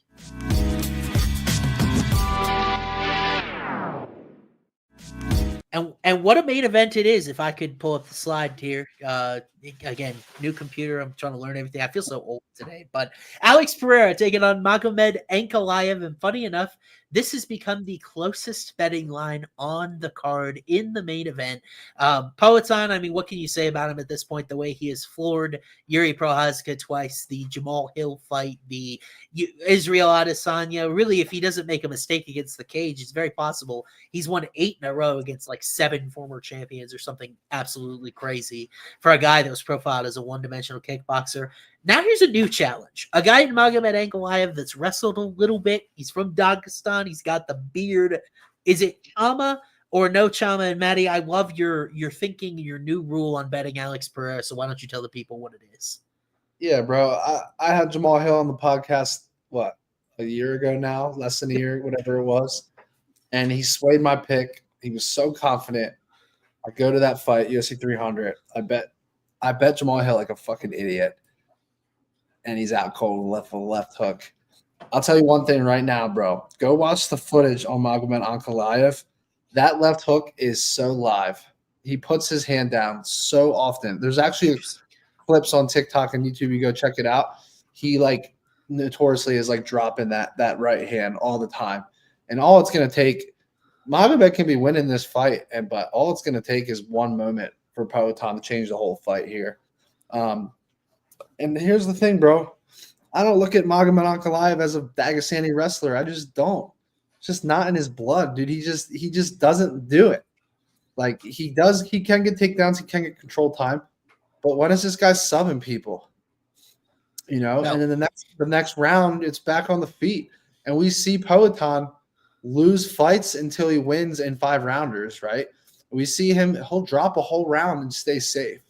You know, or he'll take a round off and get his gas tank back. We saw that in the Izzy 1 fight, where you know he said round 4 I'm not going to do shit. I'm going to get my gas tank back. Comes out round 5, finds the finish. I like Poatan inside the distance.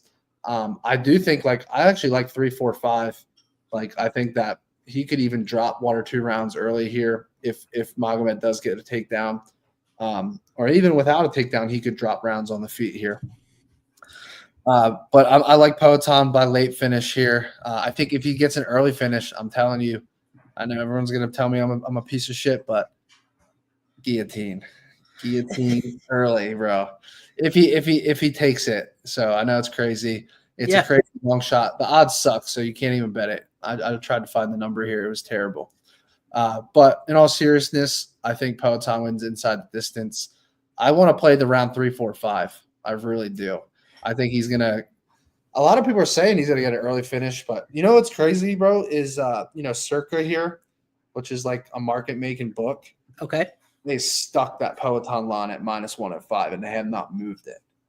Like KO or – No, Poatan money line. Wow. Interesting. You can find -105 anywhere right now. Definitely not FanDuel. Yeah. I'm on the Circa app right now, bro. Or let me check again because I looked earlier today.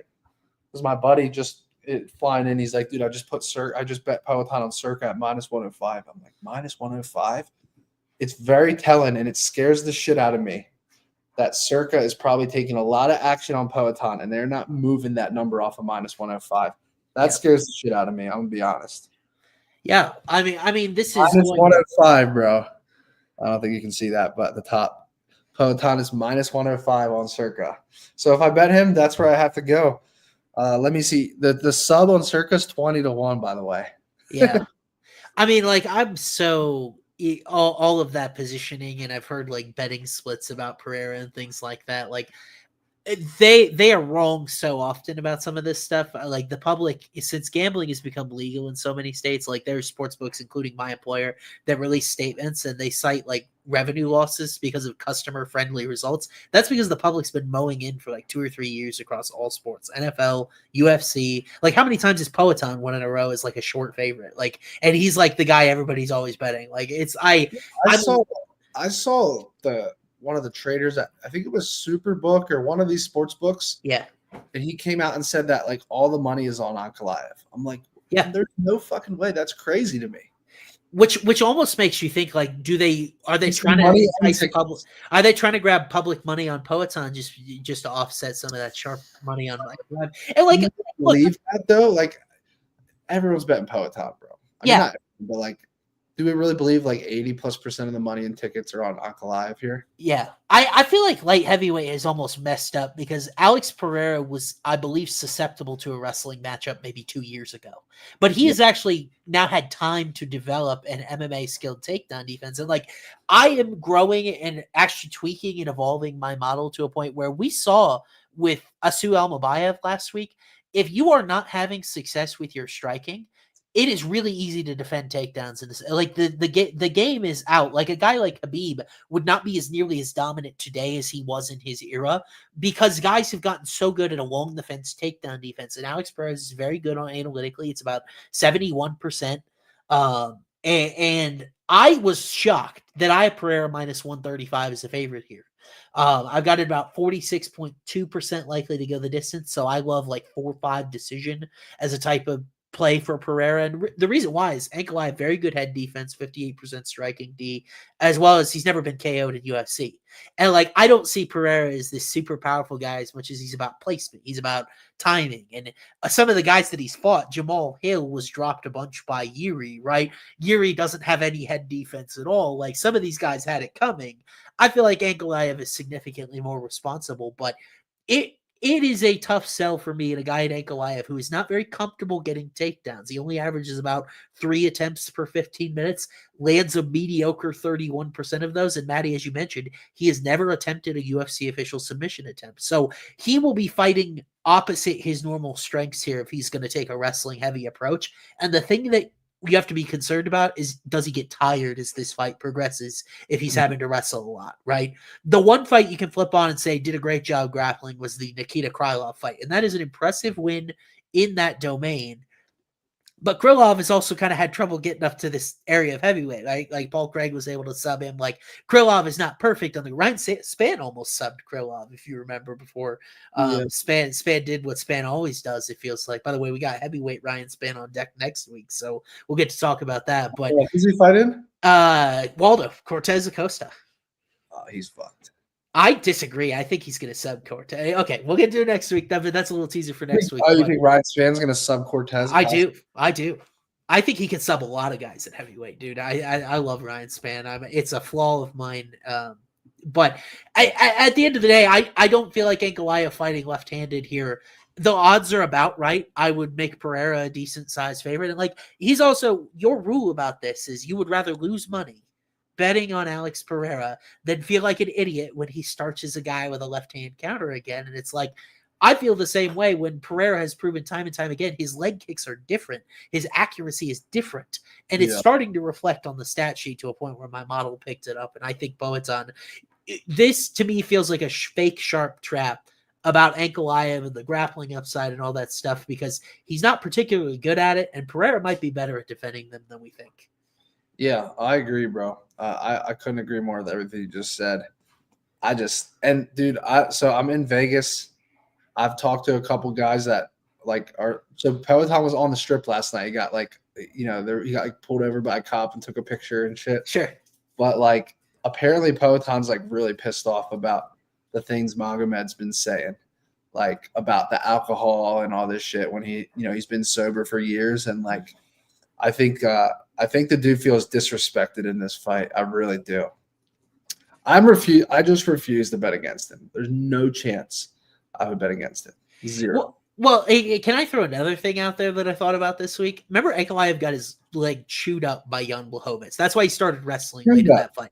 The thing is, Jan doesn't have nearly as good of leg kicks as Pereira. Pereira will deaden that leg within 3 minutes. Bro, and right when Magomed starts focusing on stopping the leg kicks, that's when the left hook comes. Yeah. It's like Poatan he just sets shit up. He does. So calculated. Izzy talks about this in his interviews. He's like, bro, people don't realize. I mean, look at the Sean Strickland fight. Punches to the body, setting it up, everything, then boom, one left hook. Ankalaev has just not fought this style of striking. He's fought explosive strikers like Johnny Walker, Rakic, Thiago Santos. He hasn't fought an elite striker that has an actual strategy and like sets things up and is doing things intentionally for a purpose. And I just think that, and I actually think Poatan will fight a little bit off his back foot in this fight. Yeah. Because he'll keep his back up against the cage. So he use that cage to like defend takedowns and stuff. I don't see him like going forward like crazy early in this fight the way he did against like a Jamal Hill. So I don't know. At the end of the day, I'm not fading Poatan. It's just not happening. I agree with everything you said. I think there's some fake sharp shit here. The only thing I told you that kind of scares me is Circa holding that number because these fuckers at Circa know what they're doing, bro. I think it's as simple as they need public money to offset the immense amount of sharp action they're getting on Ankalaev as a bookmaker book. That's fair. I think it's that simple. You just nailed it. Yeah. It's almost like I do this for a living. But another thing that I want to mention about Ankalaev, then we'll move on. We'll build some parlays. Is that remember when we all bet Strickland? At least I did against Pereira on the thoughts of I'm like, well, I know he's got wrestling skills. Everyone says he's got wrestling skills. And his numbers and his stats say that he didn't have the tendency to do it and do it very well, but I trusted him to do it. And then he ended up all of a sudden not doing it. It's kind of second nature for Ankalaev. It's not something he does not want to do it. Like fighters' stats tell you who they are. You can believe them or not. And number two is this fight could absolutely suck because both of these guys are counter strikers and we could see like 15 significant strikes total per round. And it's a very close, uneventful decision. It's also very possible given that Pereira's fought some aggressive guys. Yuri's aggressive. Jamal is aggressive. Khalil Roundtree is aggressive. Ankalaev is a counter striker. So this fight could be very long, very prolonged, delayed. I kind of like the decision angle here, Matty, if you're interested at all, and I probably am showing value on it just because I'm so in line with the total compared to odds makers. But I think this could be a close, uneventful decision. Honestly, if it's a decision, it goes the distance. Give me Poatan. Striker versus potential wrestling upside. I like Poatan in that situation. Yeah. What's the decision? Oh, yeah, good question. It is. It's got to be huge. Yeah, it's plus 650. Dude, that's the same fucking number when I bet Poatan by decision against Jan Blachowicz. But those championship rounds are different, bro. If this is a 3-round fight, I'm taking Poatan 2 rounds to 1 on a decision. I'm just not willing to lay the decision when there's rounds 4 and 5. He's different in those late rounds, dude. Yeah. We talk all the time about cycles. We're like, we want durable guys, opposite guys we think are going to be the more efficient fighters, right? Right. I feel like that's Ankalaev here in this spot where he's shown to be so durable. He hasn't been knocked out in UFC. I know we meme about Pereira. Pereira, by the way, I actually have a pulse on submission because of that submission attempt he has on his resume. So it's Ankalaev submission attempts than Ankalaev. Ankalaev is 0 submission attempts. That is so crazy. I don't really sure that he's a Dagestani wrestler. Like he's 0 submission attempts, bro. Yeah. And like you said, something about fighting this fight during Ramadan. Does he take the smartest approach? Who knows? We'll have to see how it goes. He hasn't been fasting recently, apparently. So okay, you know that? Yeah, I saw. Okay, yeah, I saw that he wasn't super strict about it. I didn't know that it was to that level, but I'm not super familiar with it anyway. But Matty, why don't we move on to challenging parlay time? We'll see if we can come to some sort of consensus.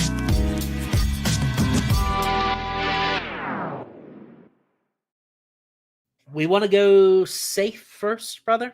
Go ahead. All righty. So I like Josh Van. Mentioned that was kind of like the one leg that I had any sort of certainty. He's minus 192 on FanDuel right now. And then from there, it is anybody's guess. I have something you probably like. You go fight to end in a knockout in the Curtis Blaydes fight. Oh.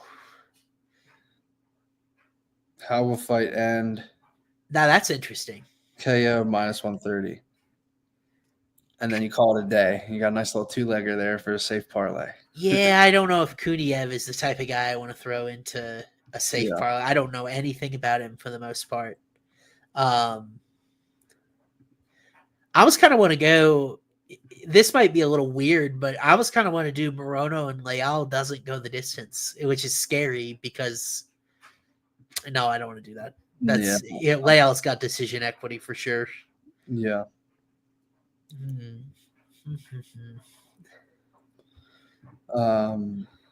What about like what's this? Oh. Like I don't even feel comfortable with the women's MMA over. No, yeah, both sides can get submissions. That's the crazy thing. Yeah. Maybe I'll look at a fight I like. I really wish the Gutierrez Castaneda total was on the board because I know I'm gonna like the over there. I have it at like 75%. Yeah. But it's not on the board last minute. You could take like a fight to start round 2 type of leg or something, you know, like some. Yeah, that's what. Yeah, I was saying thinking like about in Zengo on any of these fights, like as a leg. I was looking at Gaethje Fiziev, perhaps. Let me look at fight starts. So fight starts round 2 is minus 460 in the Pereira Ankalaev fight. Round 3 is minus 200. I think that's a fair number. I'm talking about. I should put my money where my mouth is because my model really likes that. I've almost got it slightly under a coin flip that it goes the distance. So. Okay, I think I'm going to go with that, Matty. Get us to plus 120. I'm going to go Josh Van money line. Pereira Ankalaev starts round 3. Yeah. Okay. All right. The submission leg is going to be the hardest leg for this card again. Yep. Cycle. I got to use a restroom, boys. I want everyone in the comments right now. Drop your favorite submission leg of the card. I'll be back in 30 seconds. Should I prepare my here? Prepare. Yes, bro. Right back. Now we got a long shot parlay. You pick one long shot, I pick one, and we put it in a parlay. Method of victory. Don't we both like span sub 7-1? Yeah, we do. What about McGee sub at 8-1? The thing is, bro, you print money just taking Tim Means to lose by submission. It really is crazy. That's plus 7,100 right there, those two together. And believe me, Kevin, the only problem you're going to have is that you didn't bet more. Sound fair enough? Shit, my wife might divorce me, but yeah, let's do it. I didn't know we had that second one in our. So what do you think for this? So KO, we talked about Blaydes or Ruffy. Where do you lean on that right now? No, I like Curtis Blaydes by KO. You feel better about Ruffy though? We had more consensus there. It's very close, and it's like a 40-cent difference on Curtis Blaydes. Like it's a better number. Yeah. You know, I do feel better about Ruffy though, just because I feel like Bobby Green, hands down against Ruffy, is just the worst style. I feel like Ruffy's gonna catch him in round 2. So I'm in on Ruffy KO as leg 1. Okay. And it's at minus 120, and we're going to probably get a lengthy sub anyway. So 100%. Yeah. I'm putting these KO leg number 1. Let's go to the decision. Okay. I feel like we have a couple options here. Do we have Josh Van as an option? We have Iasmin Lucindo as an option. Could you throw the safe parlay up there for me, buddy? From the comment section. I'm having trouble again with Telegram. So yeah.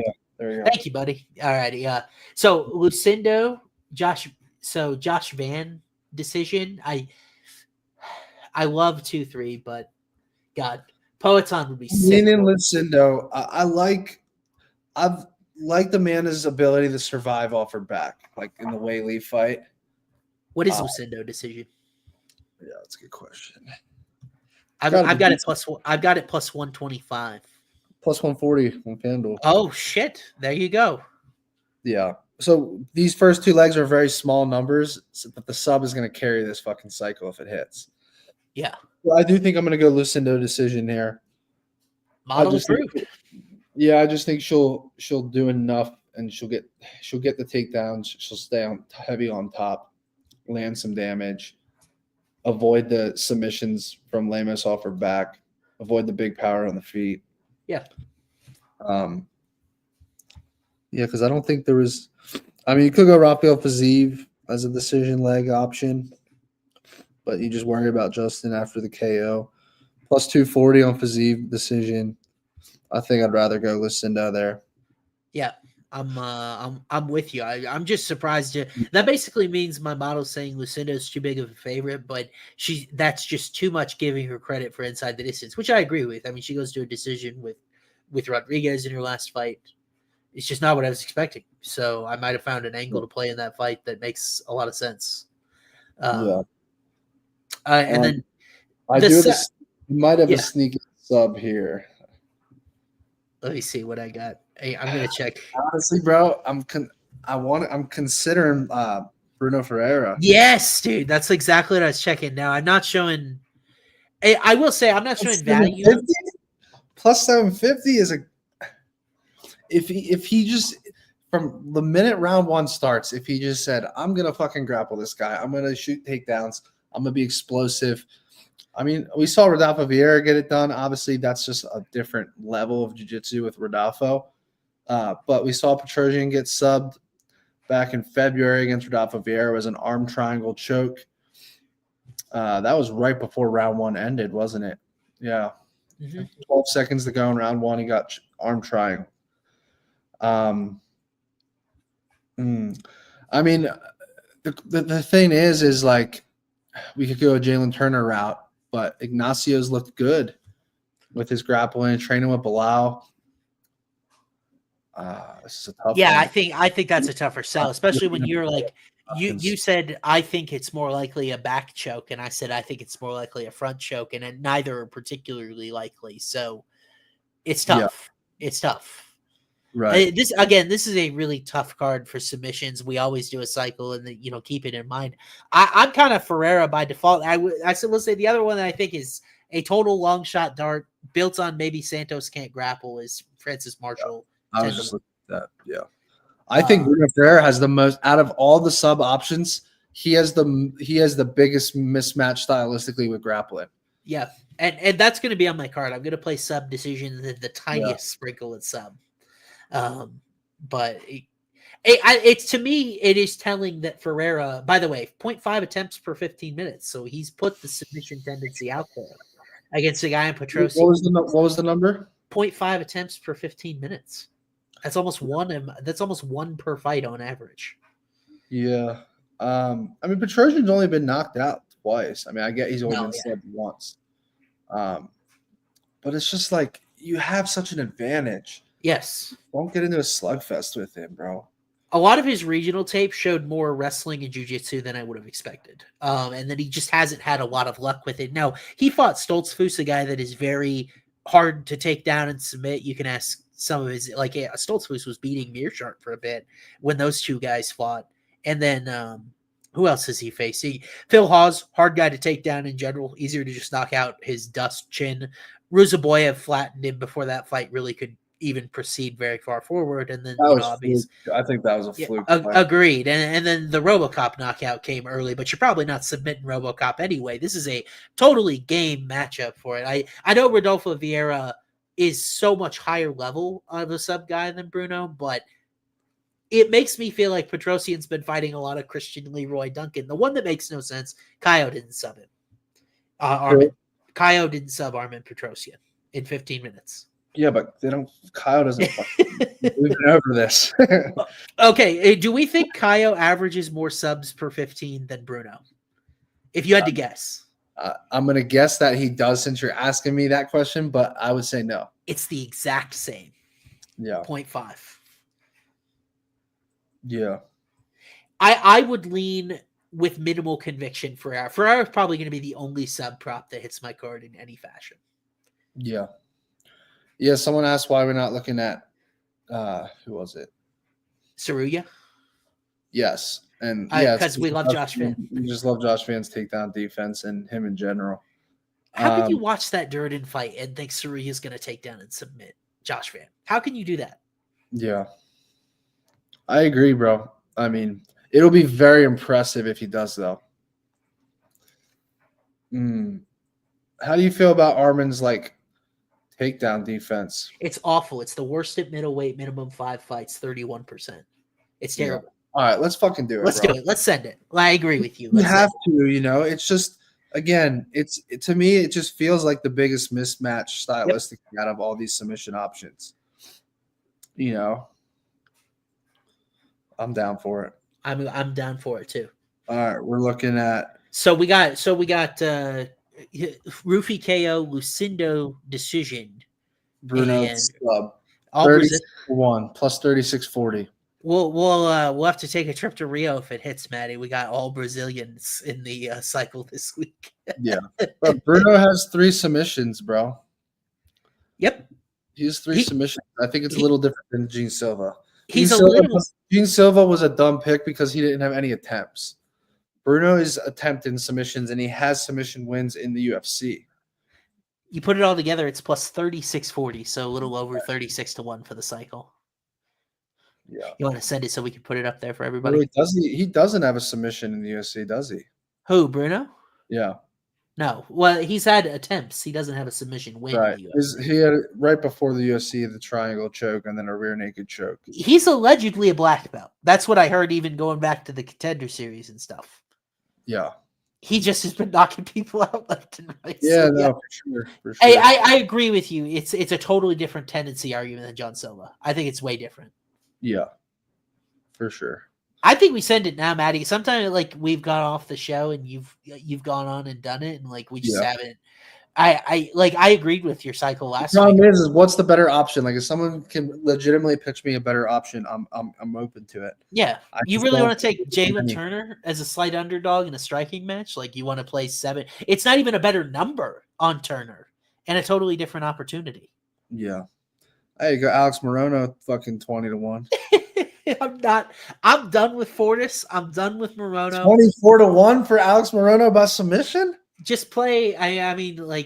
Just play the front chokes and stuff, whatever you want. But Leal hasn't. I don't think Leal's been submitted as a pro. I have his resume pulled up here. He looked like a monster. He's got 1 submission loss in his career, long ago.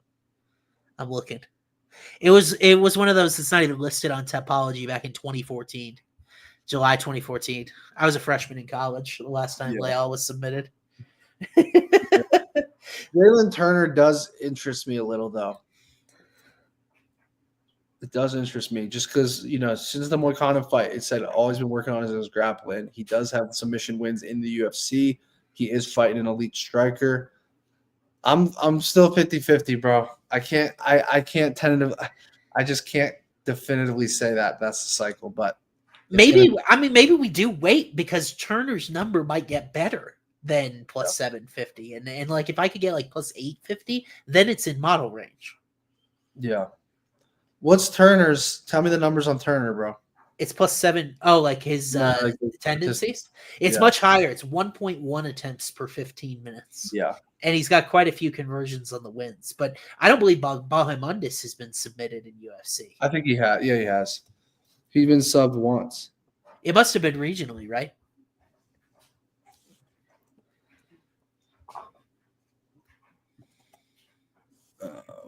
Looking now. Yeah, he was a rear naked choke at Island Fights 40, 2017. He's been subbed twice. I think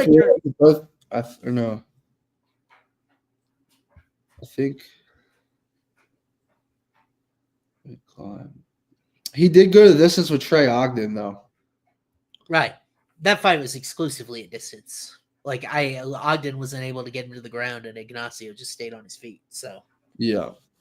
The thing with Jalen Turner is I don't think he's going to really have success like shooting like a takedown. It's more and he hasn't historically. And well, think of his frame. He's not a guy that's going to wrestle a lot.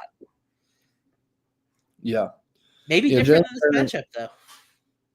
Yeah. I mean, Jalen Turner isn't getting like submissions from like takedowns. It's more like guillotines or like club and subs, shit like that. Yeah. Tough week for a sub again. It's just for sure.